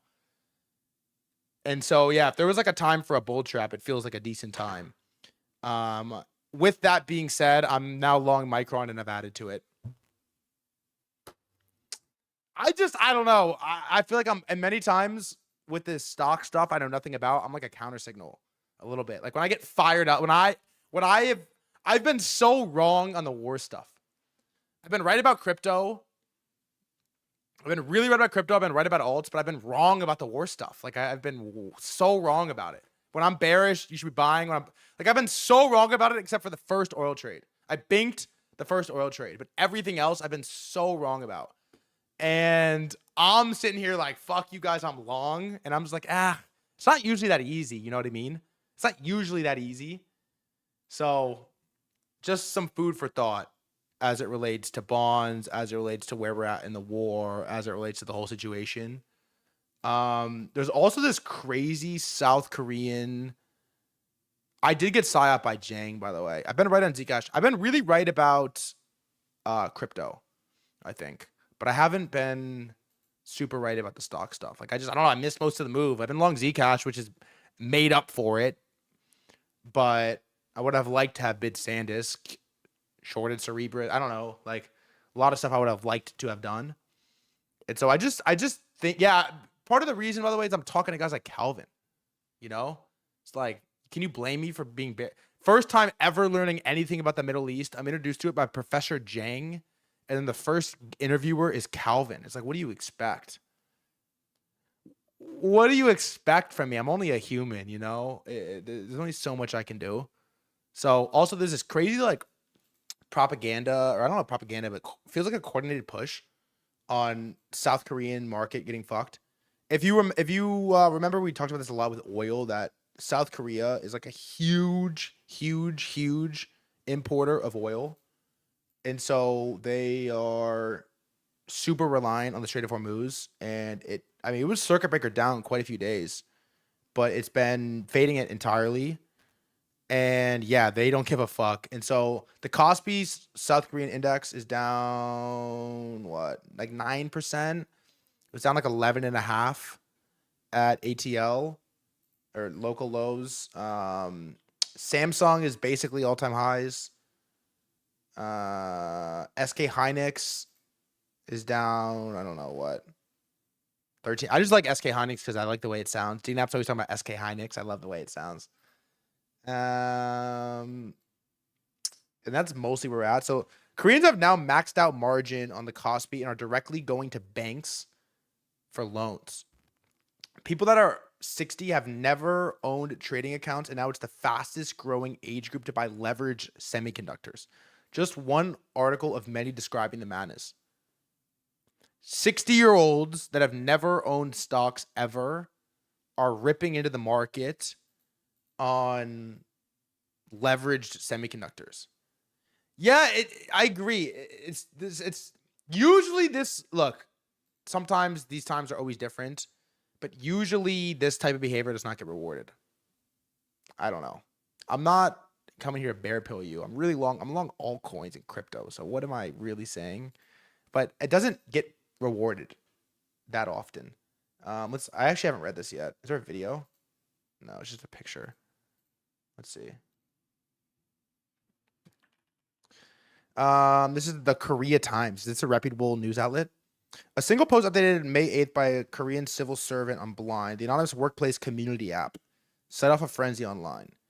The post included a screenshot of his brokerage account showing he had poured a staggering 2.3 billion won, 1.7 mil, into shares of semiconductor giant SK Hynix, one of the key driving forces behind Korea's roaring stock market.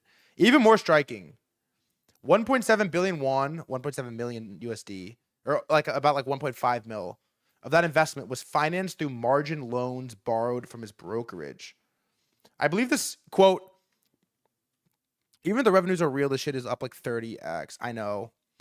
I know. 50% dump is like what? Nothing. I believe the semiconductor market will continue its upward climb through 2028, but I'm taking a more aggressive approach to grow my assets faster. 4 days later, on May 12th, he returned with an update claiming he had already locked in 267 million won in profits. That same day, another blind post surfaced. What is this blind thing? This time from a Seoul Metro employee, in her 20s, who wrote that rather than missing out on the rally, she would risk complete collapse, adding she had used 150% margin financing to fully leverage into stocks. Oh.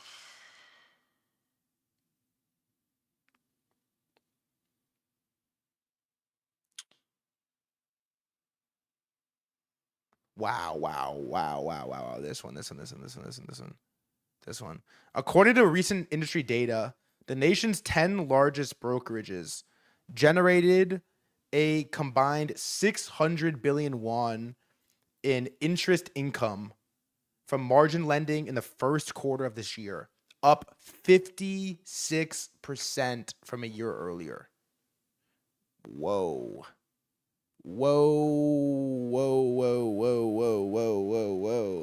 But the funniest part about this, by the way, is when you see this stuff, everyone's just like, oh, South Koreans are degenerate. Like, who cares? And then we just move on and act like margin isn't up 66% in a year. Everyone's just like, Koreans are degenerate. Like, who cares? Yeah, this is a little bit alarming.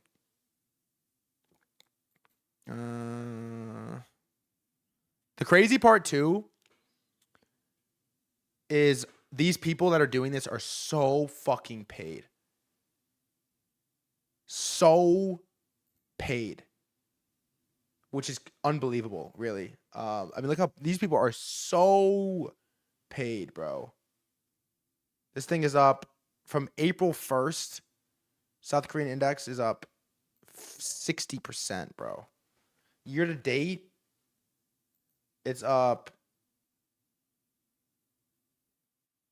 Year to date, it's up like, oh my God. 100. Imagine the S&P 500 was up 100% in 4 months. The type of moves. 2025 year to date. 2025 year to date, bro. This thing is up 227%. Disgusting. Just disgusting. Also, if you're watching on YouTube and Twitter, you want to chat, twitch.tv/threadguy.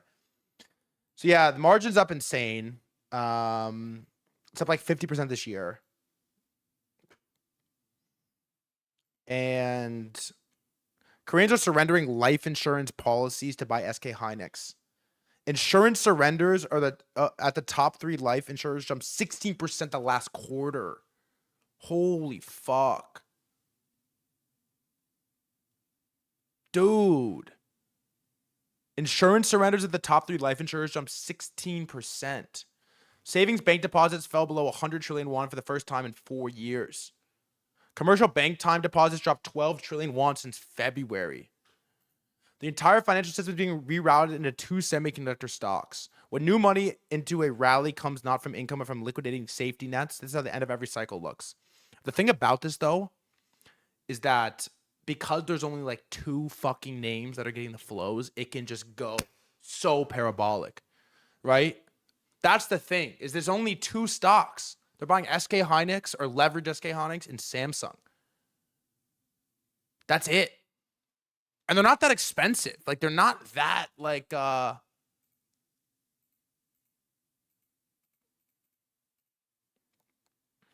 SK Hynix is 1.2 trillion. SK Hynix forward PE is 6. 6. Nvidia's like 25. Samsung's 1.7 trillion. Samsung forward PE is 5. Like, bro, it's like so cheap.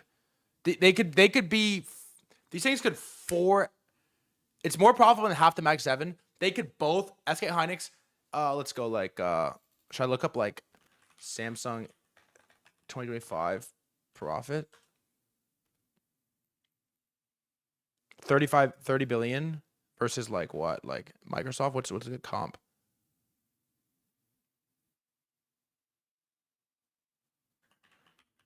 Samsung Q1 2026 profit. What do I comp it to? Oh my god. Dude. Samsung made in Q1 2026 more money than they made in the entirety of 2025. What? Is that true?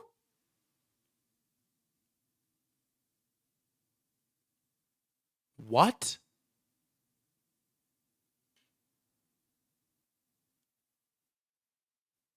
Wait. SpaceX, is this public? 25 revenue. SpaceX generated 18 billion in 2025. Samsung made 40 billion in Q1 2026. Trades at a 5 PE. What's the best comp to Samsung in the American market? Wow. MU. Okay, let's go. Like MU 2026 Q1 profit. 5.5. Okay. Samsung's like 2x the size of Micron, I think. Okay. Samsung's a little bit more than 2x the size of Micron. Micron made 5 billion in Q1. Samsung made 40 billion.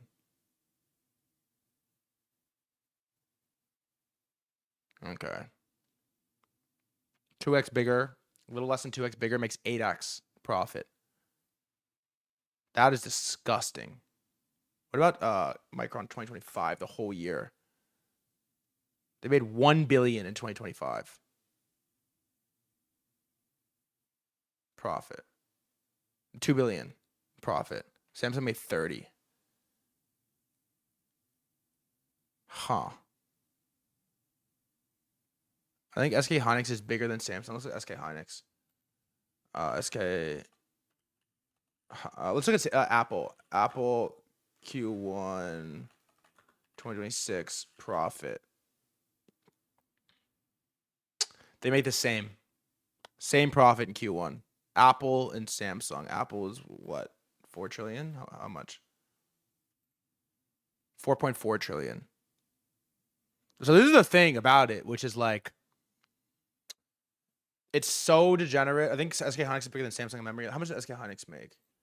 SK Hynix Q1 26 profit. What's good, Jackson? SK Hynix made 25 billion. Okay, like the thing about it is it's so degenerate and everybody is so long, but it's like 2 names and they're really cheap compared to the American markets. 2 names, all the flows are consolidated. It's like the god alt season if you really think about it. GOAT, greatest narrative of all time. Only 2 things to buy. Flows are hyper consolidated. Everybody's late to it. And they're giga cheap relative to everything else. Like really cheap. And so it's such a weird spot. Ansem actually had a he's usually it's kind of scary because Tulip King sent this in our chat. He's like, he's usually right about these. Thanks for the retweet, bro. If you're watching for the retweet, by the way, twitch.tv/threadguy. Jesus, man. Here. He's usually pretty like on point with these parabolas, I think. SK Hynix. Wow. 1,300% since November 24. This is pretty like Blunts is gonna draw Elliott Wave 5 on this thing, I think. This is pretty scary. So investors over 50 now hold 62% of margin loans at Korea top 10 brokerages.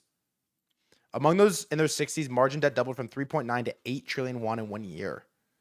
These are people who spent decades in fixed deposits in real estate now entering a semiconductor rally on borrowed money at record highs.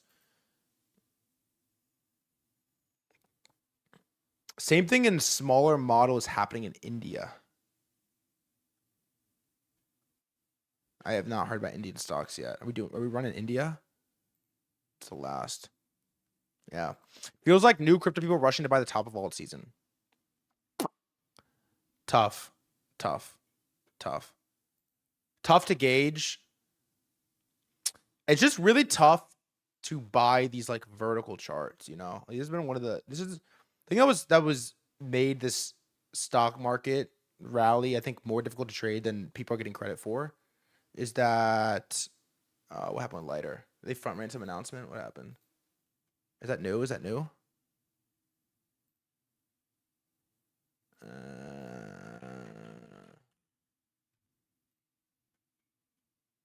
No. You're making shit up? The thing about it is like I think the vertical charts have been harder to trade than people have gotten credit for because you get the perfect shitstorm to the downside in stocks where you get the God narrative, the God fear narrative of war, oil goes crazy, bond yields start going crazy, and then you convince everybody that we're going to go to World War III, shake everybody out, and then rip it up in a straight line, fuck you, no entry. And so then everyone like on the sideline is like, this is kind of what I was doing. I was kind of like, what? I don't know what to do now. Like as many people shooken out as humanly possible before ripping it back to ATH. And then these Korean charts are just like vertical and complete lockout. And I think the people that did well on these made it more, it's been relatively difficult to trade, even though it's been up only. Maybe I'm coping on that. But they're weird. The lockout is tough. Like, I don't know. You want to enter VVV right now? Like, these charts are like, what? You know? You want to enter this thing right? Look at the weekly on this. I know this isn't what I'm talking about. It's not a stock, but you want to enter this? It's like, it's tough. It's hard. You know, it's hard. These things are hard. Like, SanDisk weekly. Like, these things are hard to enter. And then you get your entry and it's down like 10% after going up only for 3x. And you're like, fuck, what do I do? Micron, right? It's like, okay, cool. Congrats on the entry, bro. It's down, it's on, 12% after they ripped this thing 3x basically. It's like, congrats. You have your entry now. It doesn't feel great. So I got the copper entry that got fucked. Yeah, copper looks pretty gay. All right. We have like another hour that I'm going to stay on, and I want to talk about cryptocurrency. And our dear friend Taiki, I think, actually made a really good video. It's 30 minutes long. We are absolutely not going to watch the whole thing. I already did watch the whole thing, so we're going to skip around. And I want to just victory lap my bags and talk about why I think 3-4 coins are going to get crazy flows. Also, Loracle's blasting lighter long. Let's see. He now has 86K margin on it. Is that right? Yeah, 86K fills. Oh no, this is wrong. Holy fuck. He just blasted 260K into a long. This is not updated. Oh, that's total. That's position value. 3x, 87K. Okay, yeah, that is right. That is right. Huh. 86K long, lighter. Closed a little bit of Cerebrus. I think the right play is Uber. There is some weird crimey stuff going on with Uber, by the way. There is. Every 13F had filed for Uber. Makes no sense. Not sure I get it or get why. But all the 13Fs have Uber. Everyone's buying Uber. I don't really get it. But all right, if you're watching YouTube, Twitter, and you want chat, twitch.tv/threadguy. I'm gonna get up real quick. I'll be back in 60 seconds, and let us talk about some cryptocurrency.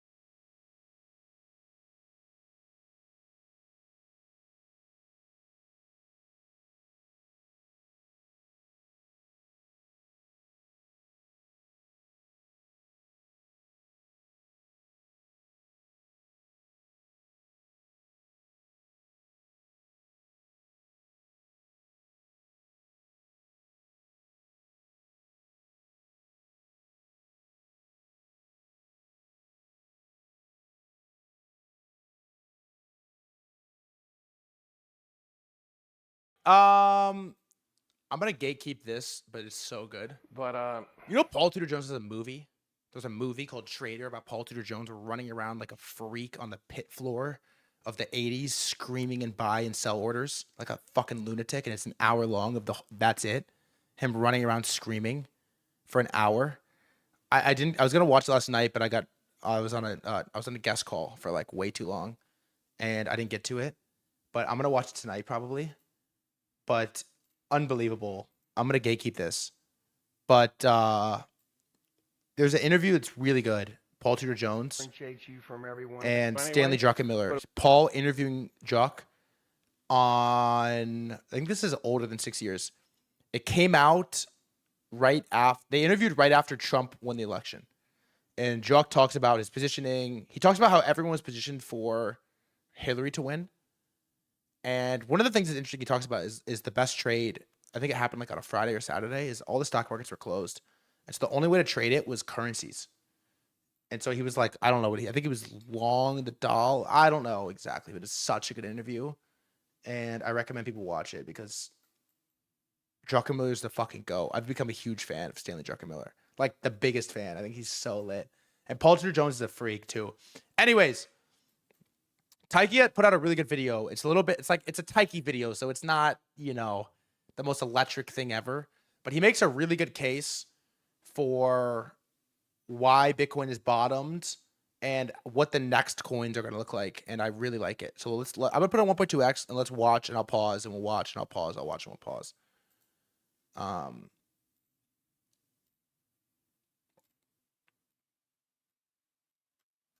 I believe crypto is going to have a great rest of the year, but most people are too bearish and complacent to realize it.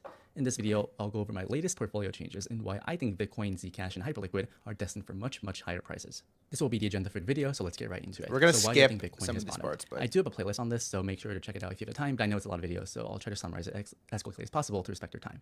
So I've often talked about this concept of reflexivity on this channel, and the TLDR is people get more bullish on. I saw, by the way, SpaceX plans to go through with the deal to buy Curse for $60 billion 30 days after IPO. We'll pay $10 billion cash if fails. Crazy. The way up, and people get more. Cursor founder is 25, by the way. Michael fellow is 25. Bearish on the way down, but at some point we have to give. Something has to give. So we top and we bottom when sentiment is peak bullish or peak bearish. And we had this negative reflexive loop the past 6 to 8 months, where at the top people were bullish, then Bitcoin goes down, people get liquidated, people lose money, people get sad, people capitulate, sentiment hits rock bottom, and after people sell, I mean, first of all, why do you sell, right? People sell because they think they can buy back lower, right? Because they think price will go lower. And they come up with all these reasons on why lower prices are inevitable. But at some point, sellers run out of tokens, and it's not going to take that much buying for us to go much higher. I think we're somewhere in that point right now. Least, understand, I guess, sentiment is the fear and greed index. And whether or not you believe in this, I think it's not that important, right? The fact is, we hit the lowest fear and greed rating in the history of crypto's existence last month at 66K, which is kind of hard to believe because I don't think it was that bad, but people were more bearish in the last month than they were after the race. By the way, I think fear and greed index. The collapse, the Luna collapse, is not that important at all. COVID crash, like I said, hard to believe, but the thing is, I mean, if you really zoom out here, right? When the fear and greed is this low, it's not a bad time to start buying and look for reasons for why I think why we think we have potentially bottomed, right? So it's not a good time to sell Bitcoin once people are just peak bearish, right? We have to look for reasons to at least be bullish and look for reasons to buy Bitcoin. And for me personally, I've talked about STRC and stretch throughout my channel the past few months, but I thought this was a good reason to just. Some people deserve credit for banking this, by the way. Taiki's one of them. I think Ansem actually is one of them. Pepper, Zmerch is one of them for sure. There's been a good amount of people that have banked this little like mini alt run we've had and stretch as well. Start buying Bitcoin, right? Sellers are out of tokens, right? I mean, we had the Iran war, stocks went down 10%, but Bitcoin couldn't even break like below 65K. And at the same time, Saylor starts just pounding like billions of dollars in Bitcoin. In March, he bought $1.5 billion worth of Bitcoin, and then in April, he bought almost $3.5 billion worth of Bitcoin. Crazy. I'll talk more about May later, but I thought that this was a good catalyst to at least start buying Bitcoin around 70K as a good risk reward long. And we're almost at 80K now, plus or minus a couple $1,000, and I think we're going to continue to climb all over. And importantly, or interestingly, generally, I mean, Saylor through MSTR, he tends to top last Bitcoin, right? So if you look at like the largest Bitcoin purchase announcements, it usually happens when the MNAV is very high, above 2. But recently he's been able to buy a lot of Bitcoin while the MNAV is very low. And people often complain about how Saylor is the only buyer of Bitcoin and Saylor is a risk in the market. He is. I mean, there is elements of truth there, and it does feel like Saylor is the only buyer of Bitcoin sometimes. However, Saylor can't buy Bitcoin unless the market lets him buy Bitcoin, right? Saylor can only buy Bitcoin when there's demand for his products, such as MSTR or STRC. And I think, Saylor's ability to buy kind of reflects the market's, I guess, acceptance that 60K could be low, and the future prospects of Bitcoin is getting fairly attractive. And I think this is the way of the market telling us that, let's nibble here, right? I think 60K could be the bottom, so let's test it out, right? Buyers are stepping in, and if this was the bottom, then I think we're gonna just trade much higher, because they say markets climb all worry. Why is that? Well, people saw the bottom, they figure out they're wrong, and they have to buy back higher, right? So like markets bottom on bad news, the markets bottom when people are peak bearish, when people least expect it. And I think we are potentially in this positive reflexive loop where higher prices get people more bullish. And for example, when it comes to like the fundamentals of MSTR, Saylor buying, of course, the good part is soon, but this is important context. Bitcoin going up probably expands MSTR's MNAV, and then expanding MNAV enables Saylor to raise more cash, allowing him to buy more Bitcoin. And I think psychologically, the fact that Saylor's in the market almost every single month makes it easier for people to at least hold Bitcoin or buy back into Bitcoin. And I think we're in this healing process. I call this green candle therapy. Green candle therapy, brother. Get people that are depressed feeling more optimistic again. And they're going to start buying back into the markets. And before you know it, we're going to be trading much higher. And people will slowly gain confidence back into this asset class. However, I do want to address Saylor potentially selling. I'm also just going to skip this because it's not that important to what I want to say. Also, I'm going to skip why he took profits. But this I like the most. Up on the space, look for new opportunities, mostly in the altcoin complex, and ask yourself, what will people care about next, right? What will be the next thing people should consider? Probably take us out of the bear market, and it should probably, I think, being bullish. Yeah, it's just part of my start here. I'm still long. I do think being bullish Bitcoin makes sense, right? Because Bitcoin should probably take us out of the bear market, and it should probably outperform most altcoins. However, I think what people should consider is when people are most apathetic and have given up on the space, look for new opportunities, mostly in the altcoin complex, and ask yourself, what will people care about next, right? What will be the next narratives to take us out of this bear market into this new bull market? And what is the market telling us right now? And what should we pay attention to? So now I want to pivot and transition the conversation into finding the next 10 to 100x altcoin, right? Obviously, this is a dream. It's a lot easier said than done, but I'll at least try to share my framework to think, or that allowed me to, I guess, like buy a lot of Zcash and hype, because I think those will be like the biggest winners this cycle. So first of all, the late Charlie Munger, he has this. This is the best inversion principle. And the quick way to summarize it is his quote here. His system at life is to figure out what's really stupid and avoid it. So in other words, if you want to be successful in life, study what unsuccessful people do and then do the opposite, right? So that's kind of how the inversion principle works. So like think backwards, right? Think backwards. And if you were to apply this to the crypto markets right now, if you assume that Bitcoin bottomed at 60K and an altcoin were to go... Chad, you think 60K was the bottom? I think it's a reasonable target unless stock markets really, really, really get crushed. 10, 20, 30, 50x from here. What would be happening now, right? Think backwards. What does the coin look like? How are people talking about it? How are people thinking about it? I hope so. And try to work backwards. So one thing we can do first is to talk about what the next 10x won't look like, right? So think about this, right? Yourself, maybe pause the video, make like 5 bullet points or something. All right, tell me this. What do you think the next altcoin, next 10x, 100x won't look like? I think definitely not an L1. L2. It can't be. It just can't be. Can't be L1, L2. It probably is not a meme coin, in my opinion. I think, again, Taiki says this, I kind of stole the line from him. But like, and by the way, there'll be 10, 100x meme coins. I'm saying like real, like billion, 1 billion to 10 billion type of thing. It can't be a meme coin because I struggle to think, oh my God, the trenchers won again. Maybe it's true. Maybe it's not. It can't be a launch pad. Maybe one of these unique launch pads, like a MetaDAO kind of thing. But it can't be a launch pad, in my opinion. And it can't be one of these like Vapor AI tokens. Definitely not. Is it like a new perp dex? I don't know. It could be payment related. It can't be AI slop. It can't be a meme coin. It can't be a launch pad. It can't be L1, L2. It's definitely not going to be one of these low float, high FDV VC scam coins. It can't be. Could definitely be payments related. Could definitely be neobank related. RWA related. I like. Have you guys talked about any of the useful proof of work coins? Which ones? I was starting with the Pith. That's in Pith. I always thought Pith was kind of interesting. Like PearlNet and Nockchain. No, I haven't actually. You have any good info on them? I don't know that much about either of them. PearlNet and Nockchain. I think I know Nock actually. It's L1, isn't it? Pith isn't interesting. I use like a SPY Pith pair on my trading view. It could definitely be privacy related. As you know, I love Zcash. And let's let Tank talk. Note to self: do not buy these types of altcoins because it's just not going to 10x, right? And then you can kind of process by elimination and whatnot. So VC vaporware probably not going to pump, right? Why would we, as retail, buy something that VCs got in at like 10th of a valuation? All right, let me just save this and some thank you. We'll look at this at the end.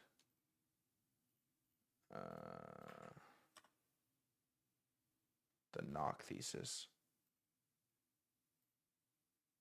Thank you. Probably not going to pump, right? Why would we, as retail, buy something that VCs got in like 10th of a valuation? No, screw that. We're not buying those. NFTs, meme coins, the trenchers might disagree, but I think those were last cycle narratives. I don't think people this cycle are going to care about it as much as we did last cycle. Number 3, narratives that are hard to root for. ProNet, thank you.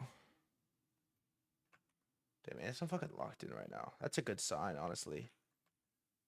Anton always tells a story when the bottom of Solana, about on the bear market, 23.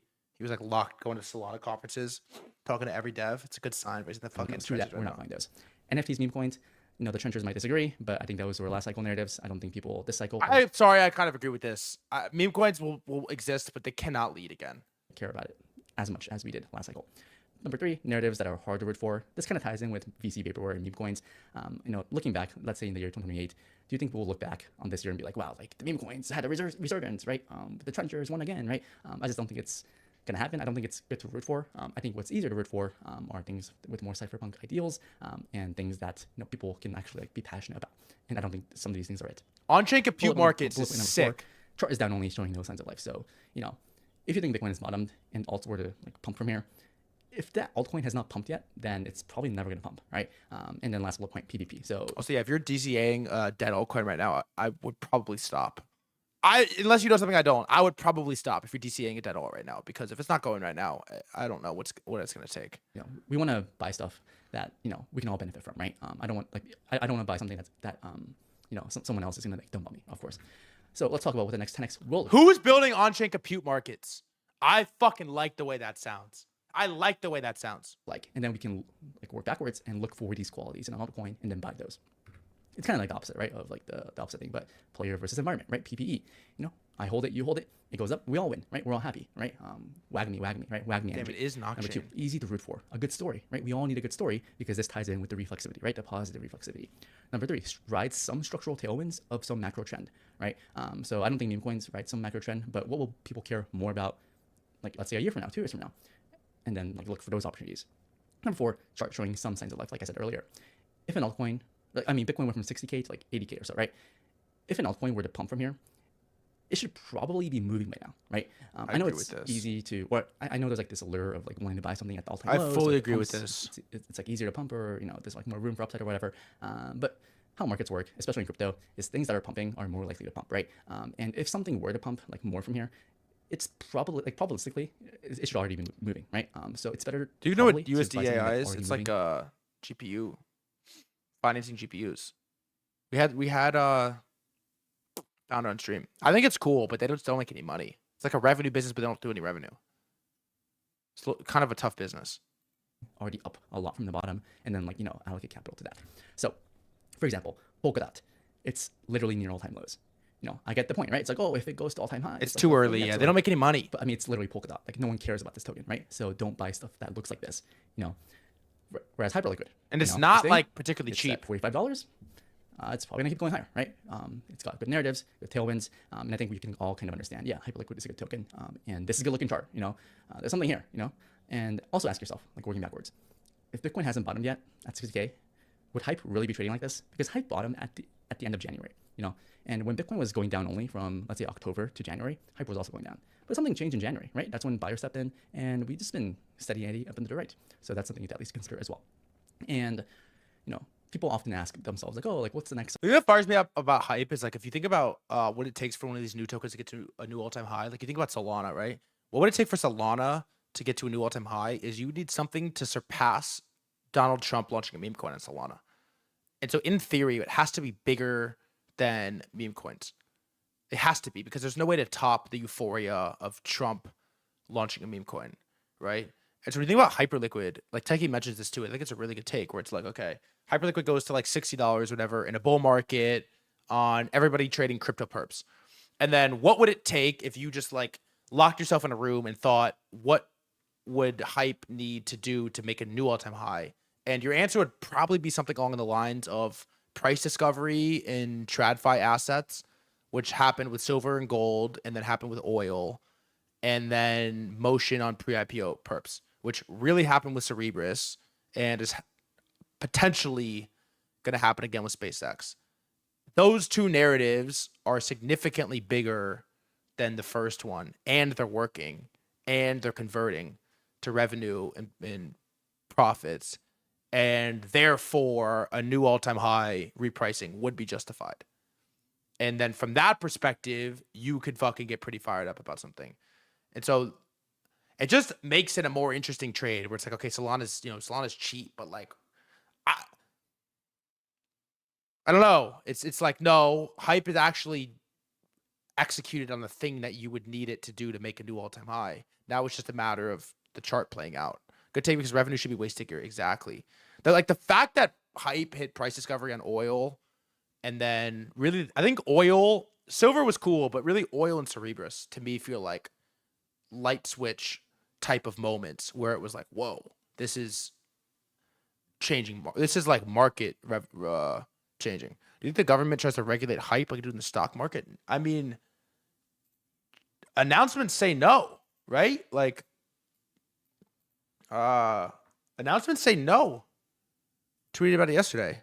Like, they will try, but this to me feels like a do now, ask for forgiveness later, right? Like, this is a ask, try to get out of it later. SEC's had to lean towards allowing third-party tokenized stocks without issuer consent. This is a figure it out later type of thing. They're basically saying we don't give a fuck. I don't know how they did this, who had to do what to get this through, but they seemingly got it through. Solana, right? Because Solana was kind of like the poster child of last cycle, and you can kind of see these PVE characteristics in Solana as well. And obviously, all these things are obvious in hindsight, but it's good to think about. The funniest thing about it too is like in a surprise changing of minds, Hyperliquid is now legal. I'm like, damn, I don't know what had to happen to get that through. Hype 11 bill circ, Sol 50 bill circ. Gap closes a lot this year. IMO. Hype Sol seems like a pretty good safe pair for the next couple quarters. Also, they have the FTV for Hype is like pretty fake, right? Because they have all this money that they're not using, or that's all the supply they bought back that's never gonna circuit. They'll burn, whatever. So the FTV for Hyperliquid is whatever. Not burned, but sort of untouchable. But yeah, the Hyperliquid thing was pretty funny. They come out and, in a shocking changing of minds. A lot of it is future community rewards. Now, one thing that could be a little weird is, does Hyperliquid do another airdrop? Yes or no? Wouldn't be great for PA, I can imagine. Now you would generally airdrop it to people that are already rich, but I think ideally they don't do it. I mean, I would like it. I've done a lot of volume on Hyperliquid. I'm low-key a net new trader on HL, but I can't imagine there's that many net new traders on HL that weren't trading perps before that are now trading perps and stay continuously trading perps, not just like they zeroed out in 25. Trade XYZ traders should get incentivized. That's the one that's interesting to me. Like that airdrop, Trade XYZ airdrop, if it were to happen, or token, if it were to happen, I don't know. I've heard conflicting. I tweeted something the other day and was like, wait, there's an airdrop for Trade XYZ? And everybody was like, where have you been? But I don't know. It feels like intentional airdrop farming in 2026 is like a losing game, but that's a token that could be worth, I don't even know. Like these vibes based like metrics, or I guess like inversion, right? Thinking backwards. Solana was pretty PV, right? Like FTX died, it went to like $10. So everybody that like held Solana, like $20, $30, $40, like whatever, right? They won except SPF. There were some like good airdrops and whatnot. It was pretty easy to root for, right? The villain died, and then like the people came back, right? Meme coin super cycle and whatnot, right? It was like. Sorry, I know I keep pausing it. What about Phoenix? I don't know. I actually don't know. I'm interested. I'm just like not super hyped about a full DeFi product, I'm gonna be honest. I'm not super excited about a fully DeFi product. I don't really want to put 7 figures in a smart contract on Solana. I think their marketing is sick, and I think they're doing a good job, but I'm not super hype about a full DeFi product in 2026. I don't know if that's a bad take, but it's weird. Weird time for smart contracts. Mythos, all these AI tailwinds. But I like honestly, I respect what they're doing. It's viral, it's everywhere. The hacks are scary though. I want Hyperliquid Jeff in control of my positions. Off switch. 3 nodes. I want 3 nodes on the platform I'm trading on, the blockchain I'm using. I want 1 node. So I don't know. Hope of bull market activity. Also, the Vitalik did the bull post at the bottom, and I think that kind of added to like the good vibes. It's like we might be done with this video in a second. I'm so distracted. It kind of supports Solana. I think there's a couple more good takes together, and I do think that this type of energy is needed in an altcoin that's going to like pull off multiples, because like I said, crypto, there's a lot of reflexivity. The vibes do matter. People's perception of the asset does matter, and I don't think the market and the industry will pump something that people aren't happy about. Why right? was it bad? So let's think about assets that people will be happy to pump, right? What's going to pump, right? Pump creates more pumps. And I've come up with this holy trinity crypto portfolio, and I think I figured it out, right? Of course, my track record is not the best, but I do think this mix of Bitcoin, just as like the GigaChat asset, and then Hyperliquid and Zcash is a pretty good mix of something you want to hold and believe in. And I think it's that simple, right? Just hold, ride through the volatility, enjoy it, and then we're gonna all win together, right? WAGMI vibes. So I'll first talk about why I'm bummer Zcash and then Hyperliquid, but just kidding. We're watching 5 more minutes. As Zcash, I really like. The more I think about it, the more I look into it. It makes me want to buy more. I've been buying more. I think I showed in my earlier screenshot, right, in my earlier slides, that I first bought around $388. I bought more at like $598. I bought more at $550, and now my average is like $500. So I've been buying more. So I'm getting really excited for this. I'm really happy. So let's talk about the reflexivity. I think Zcash is very reflexive, and I like that. It doesn't have to be like the largest position in your portfolio, because if it works, it's gonna like go crazy. So let's talk about this. Right, higher price leads to better perception of the product, and better perception leads to like the fundamentals getting better, and that perception increases the price, and then higher prices improve the fundamentals of the project. And I think Zcash is it. So 2 weeks ago I mentioned this, right? It's very reflexive. When Zcash is like $30, $40, it's like no one cares, right? This thing is a scam. But once it goes up, it's like, wow, privacy is a human right. Everyone needs Zcash. Everyone needs privacy. This is the most important thing ever, right? Where literally price goes up, and then people are like, wow, like this is the most egalitarian thing I've ever seen, right? I love this thing, right? And I think we're kind of seeing that now. And yeah, I think what got me over the edge. I mean, first of all, this thing pumped in October last year, and I was mostly uninterested because I was like bearish. The one thing I'll say before I let him finish is same thing for memes, yes, but we've hit a price discovery cap on a meme coin. You know what the most expensive meme coin could ever be worth? $75 billion, which is a lot, but $75 billion is the upper bound. It's been realized on a meme coin. The privacy stuff, no one knows. The markets, and I was like shorting ETH and stuff. So I was kind of like seeing how it would react after the bear market. And I mean, this thing went down like 75%, but like it just started ripping recently, right? And I mean, first of all, this is a monthly chart, right? So there's 10 years of price action here, almost 10 years of price action here. And I don't think you want to fade like a 10-year breakout. And I do like the narrative. So narrative is privacy, right? Privacy coin, privacy, like a private store of value, a quantum hedge. And I came up with this like a sailor hedge. I'll talk more about this later. That's the monthly chart. Looks like that.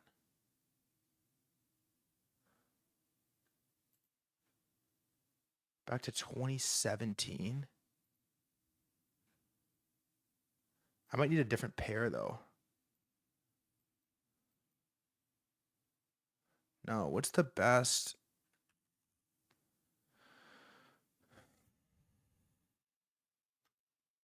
Coinbase. No one has it. Bitfinex. Bitfinex. Jesus, I've never even clicked this before. Do I have to sign up for this? I've never used this in my life. Oh, I'm retarded.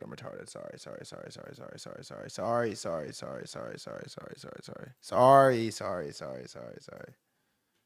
Wow. Oh my God.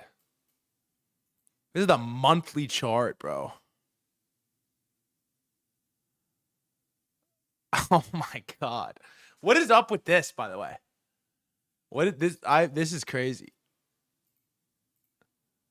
What's up with the wick? What happened here? Who cooked here? Holy Ansem pull, yeah. When it originally launched, it touched 7 Bitcoin per coin. That's the joke. 7, and Edward Snowden was part of this. Wow. So it basically didn't even, I mean, you basically tap like a 740 level. Above this, it just is like,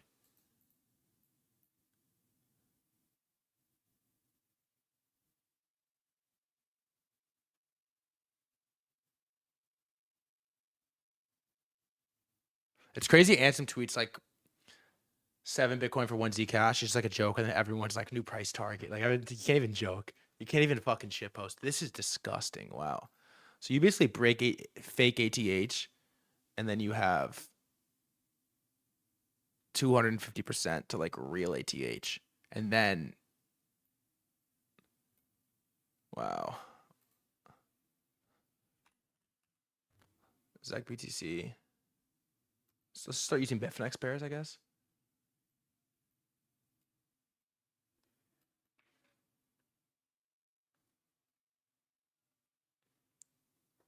Damn, this thing is so beautiful.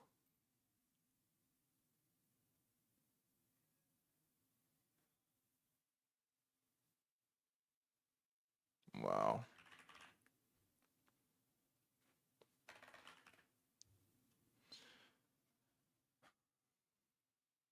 It's longs, Bitfinex longs. It's Zach USD, no SUD. Okay, thank you. Yeah, that's I'm just gonna add that. Let me delete this and add the other one.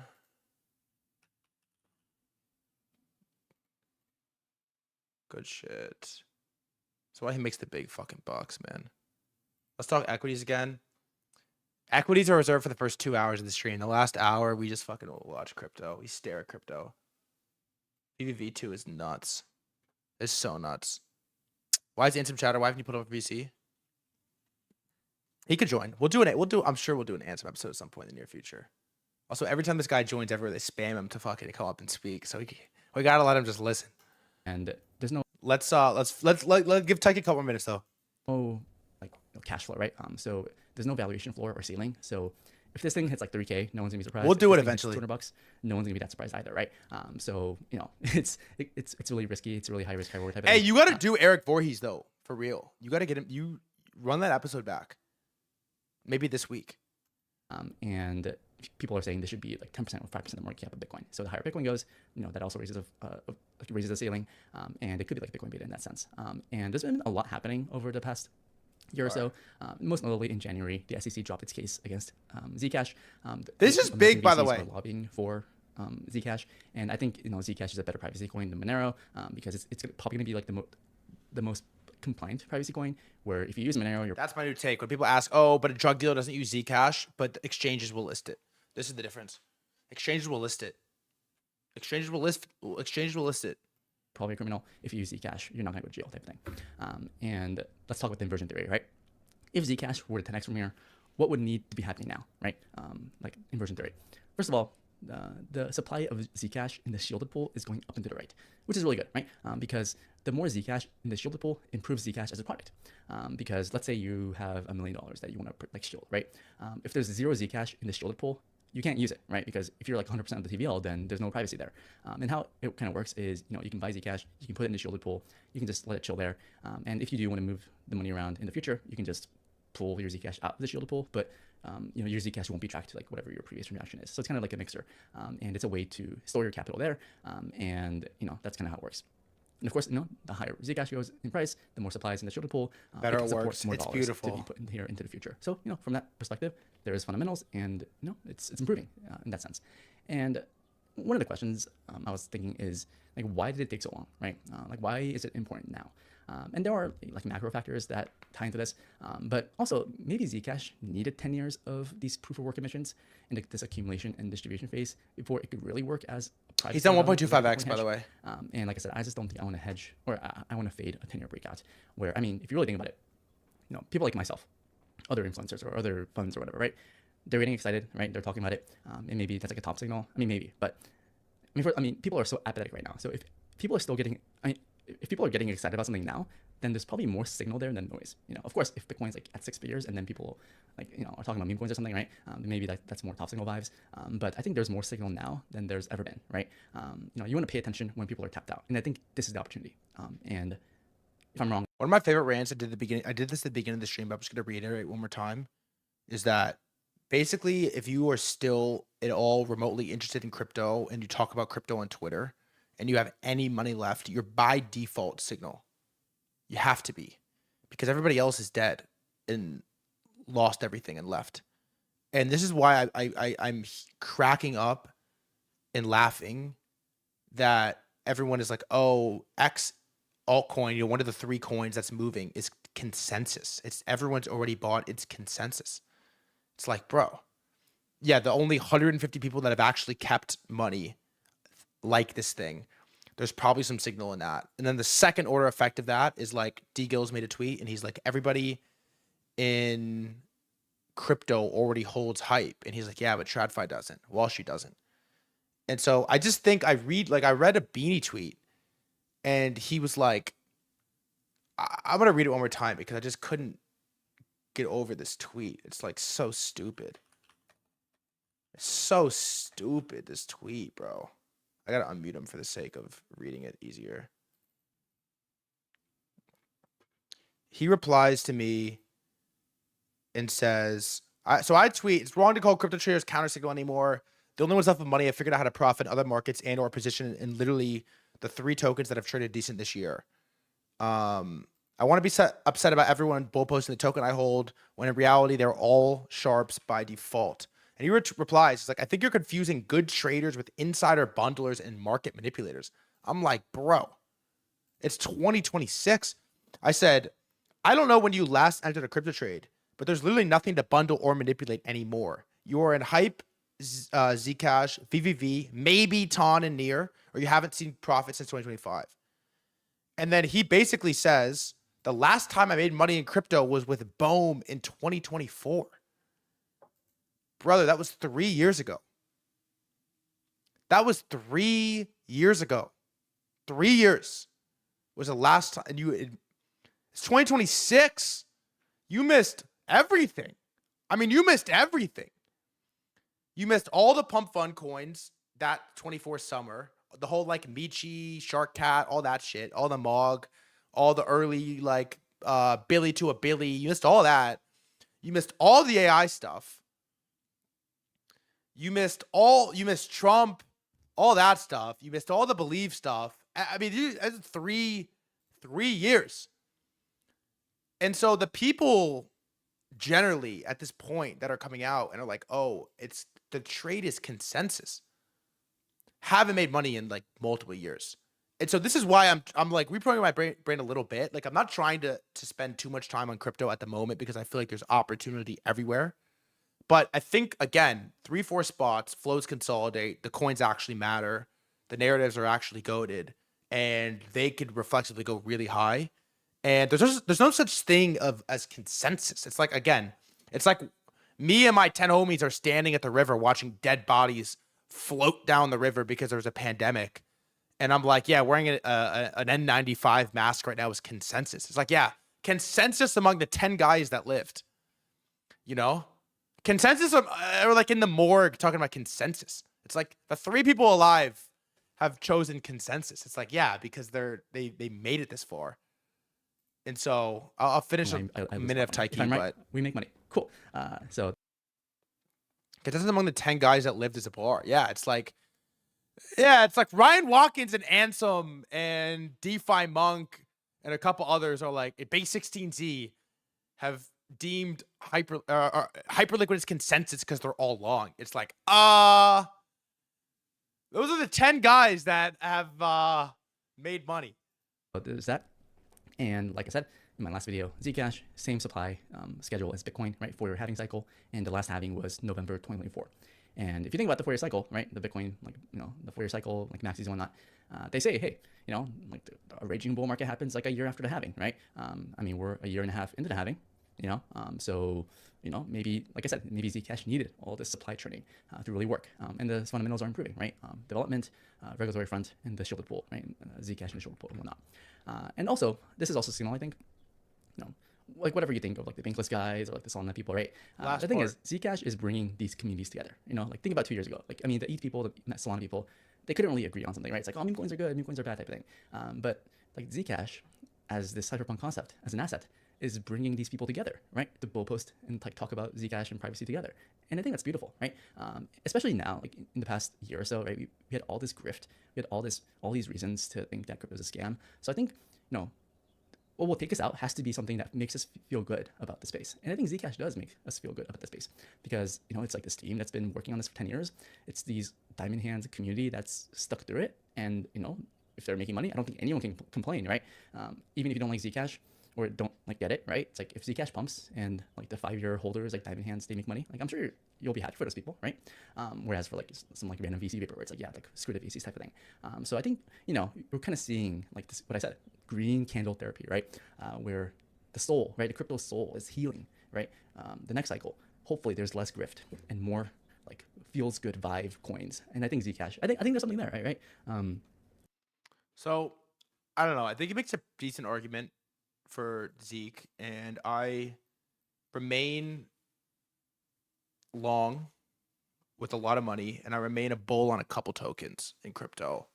And then outside of that, we have to figure out what to do with stocks. I put some feelers out. I'm in a little micron position that's up 10, 15%, whatever. I've had size creep. I told you this earlier, but I have size creep. I look at the size of the trade compared to what Zcash is, and I'm like, fuck, how do I even get excited about this?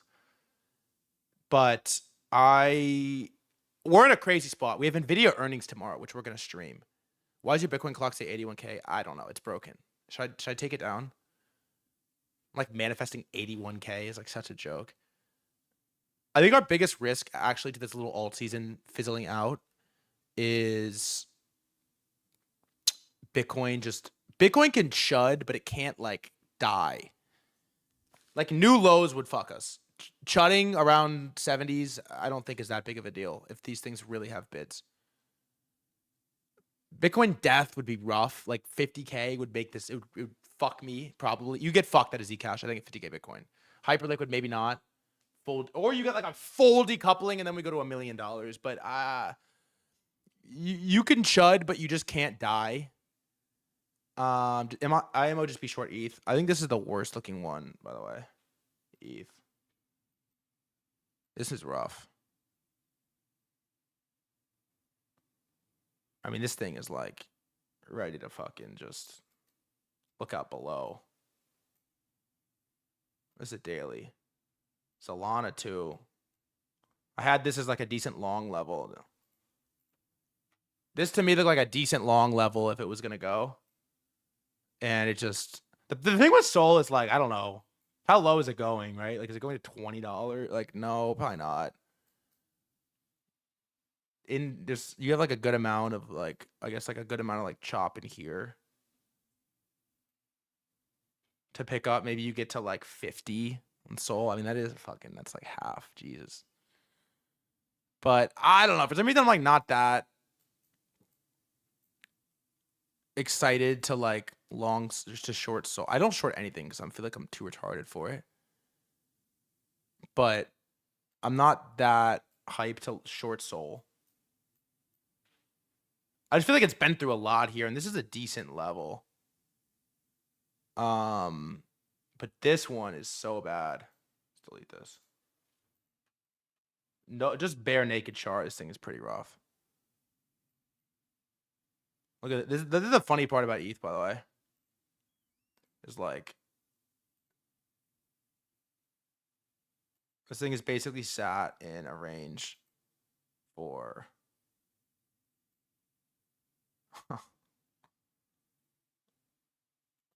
1,958 days.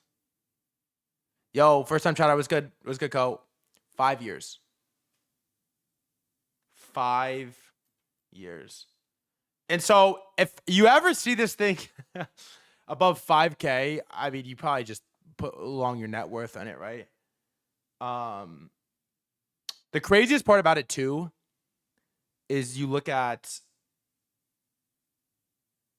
it's worth $250 billion. And then you look at like some of these companies and you look at like SanDisk is worth $50 billion less. Like Bloom Energy is worth 75 billion to 250. Like Nokia's 75 billion. You like shouldn't do this. It's bad for your like mental. Oracle's like it was 500. Rocket Lab is 75 billion. QCOM is worth less, 200 billion. ASML's 500, Jesus. Cerebras, 65 billion. ARM, 200 billion.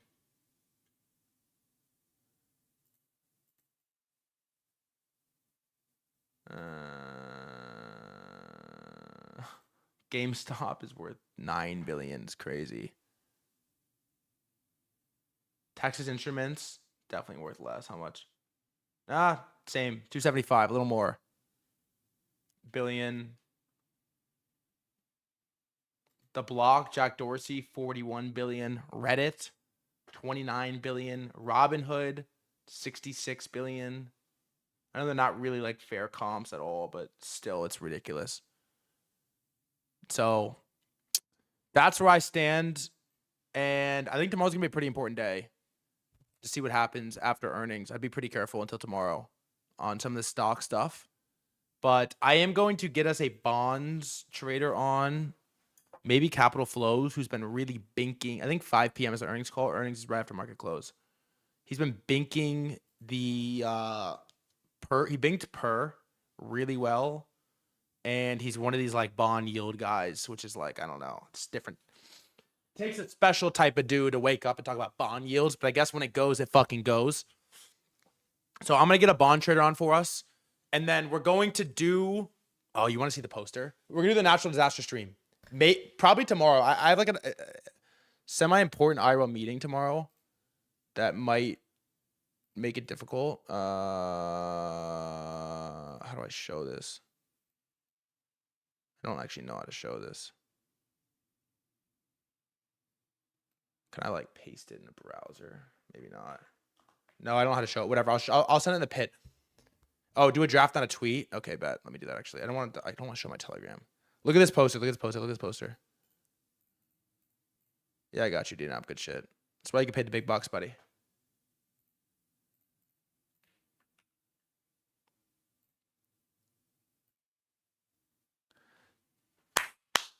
How to get rich off the apocalypse. Okay? And so Chris Camillo told us that he has thought intricately through 25 to 30 sub 5% scenarios and exactly what he would do in them. If an asteroid hit Earth, you know what you would do? I know what I would do. If an earthquake hit California, you know what you do? I know what I would do. If Satoshi, like what are you doing if Satoshi, like if Pomp turns out to be Satoshi? Like, what are you doing? You know? We need a plan for that. And so we might end up doing it Thursday, but I'm going to have like 25 scenarios, a lot of them natural disasters, a lot of them like dumb shit. And we're going to come up with our trade for all of them. It's going to be sick. It's going to be really fun. Wildfires. We'll do a bunch of natural disasters, and then we'll do like, I don't know, whatever the fuck else. All types of like, we'll do natural disasters is obvious, but then we'll do like Epstein and Satoshi, like shit like this. Aliens, like whatever. Like AI breaks encryption. A figure robot does like a, I don't know. Whatever. Some crazy shit. We're going to do some crazy shit. So if an asteroid's coming, I'm longing Aster. I'm BNB. Is what I'm doing. So we'll do that tomorrow. Maybe we'll do that on Thursday. Because tomorrow is NVIDIA earnings, which is a big deal. Tomorrow's NVIDIA earnings. That's the stream, brother. Market's fun. Markets are exciting right now. There's a lot going on. It's a little bit crazy. It's a little bit all over the place, but 3-hour binker. Markets are fun right now. At the very least, they're fun to cover. We're going to have to follow this South Korea trade really closely. We're going to have to cover this memory trade really closely from here, the semis trade. And crypto, it would be very nice if we could get some follow through from this point, but things are exciting.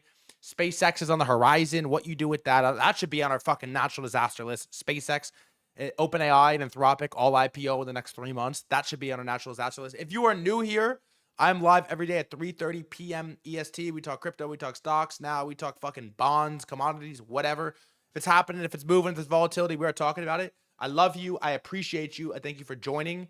You can't convince me this isn't one of the best charts in the world. I might flip on a dime and sell it, but I love it right now. I'm excited. I'm optimistic. Natural disaster stream soon. NVIDIA earnings tomorrow. I love you. I'm out. Peace.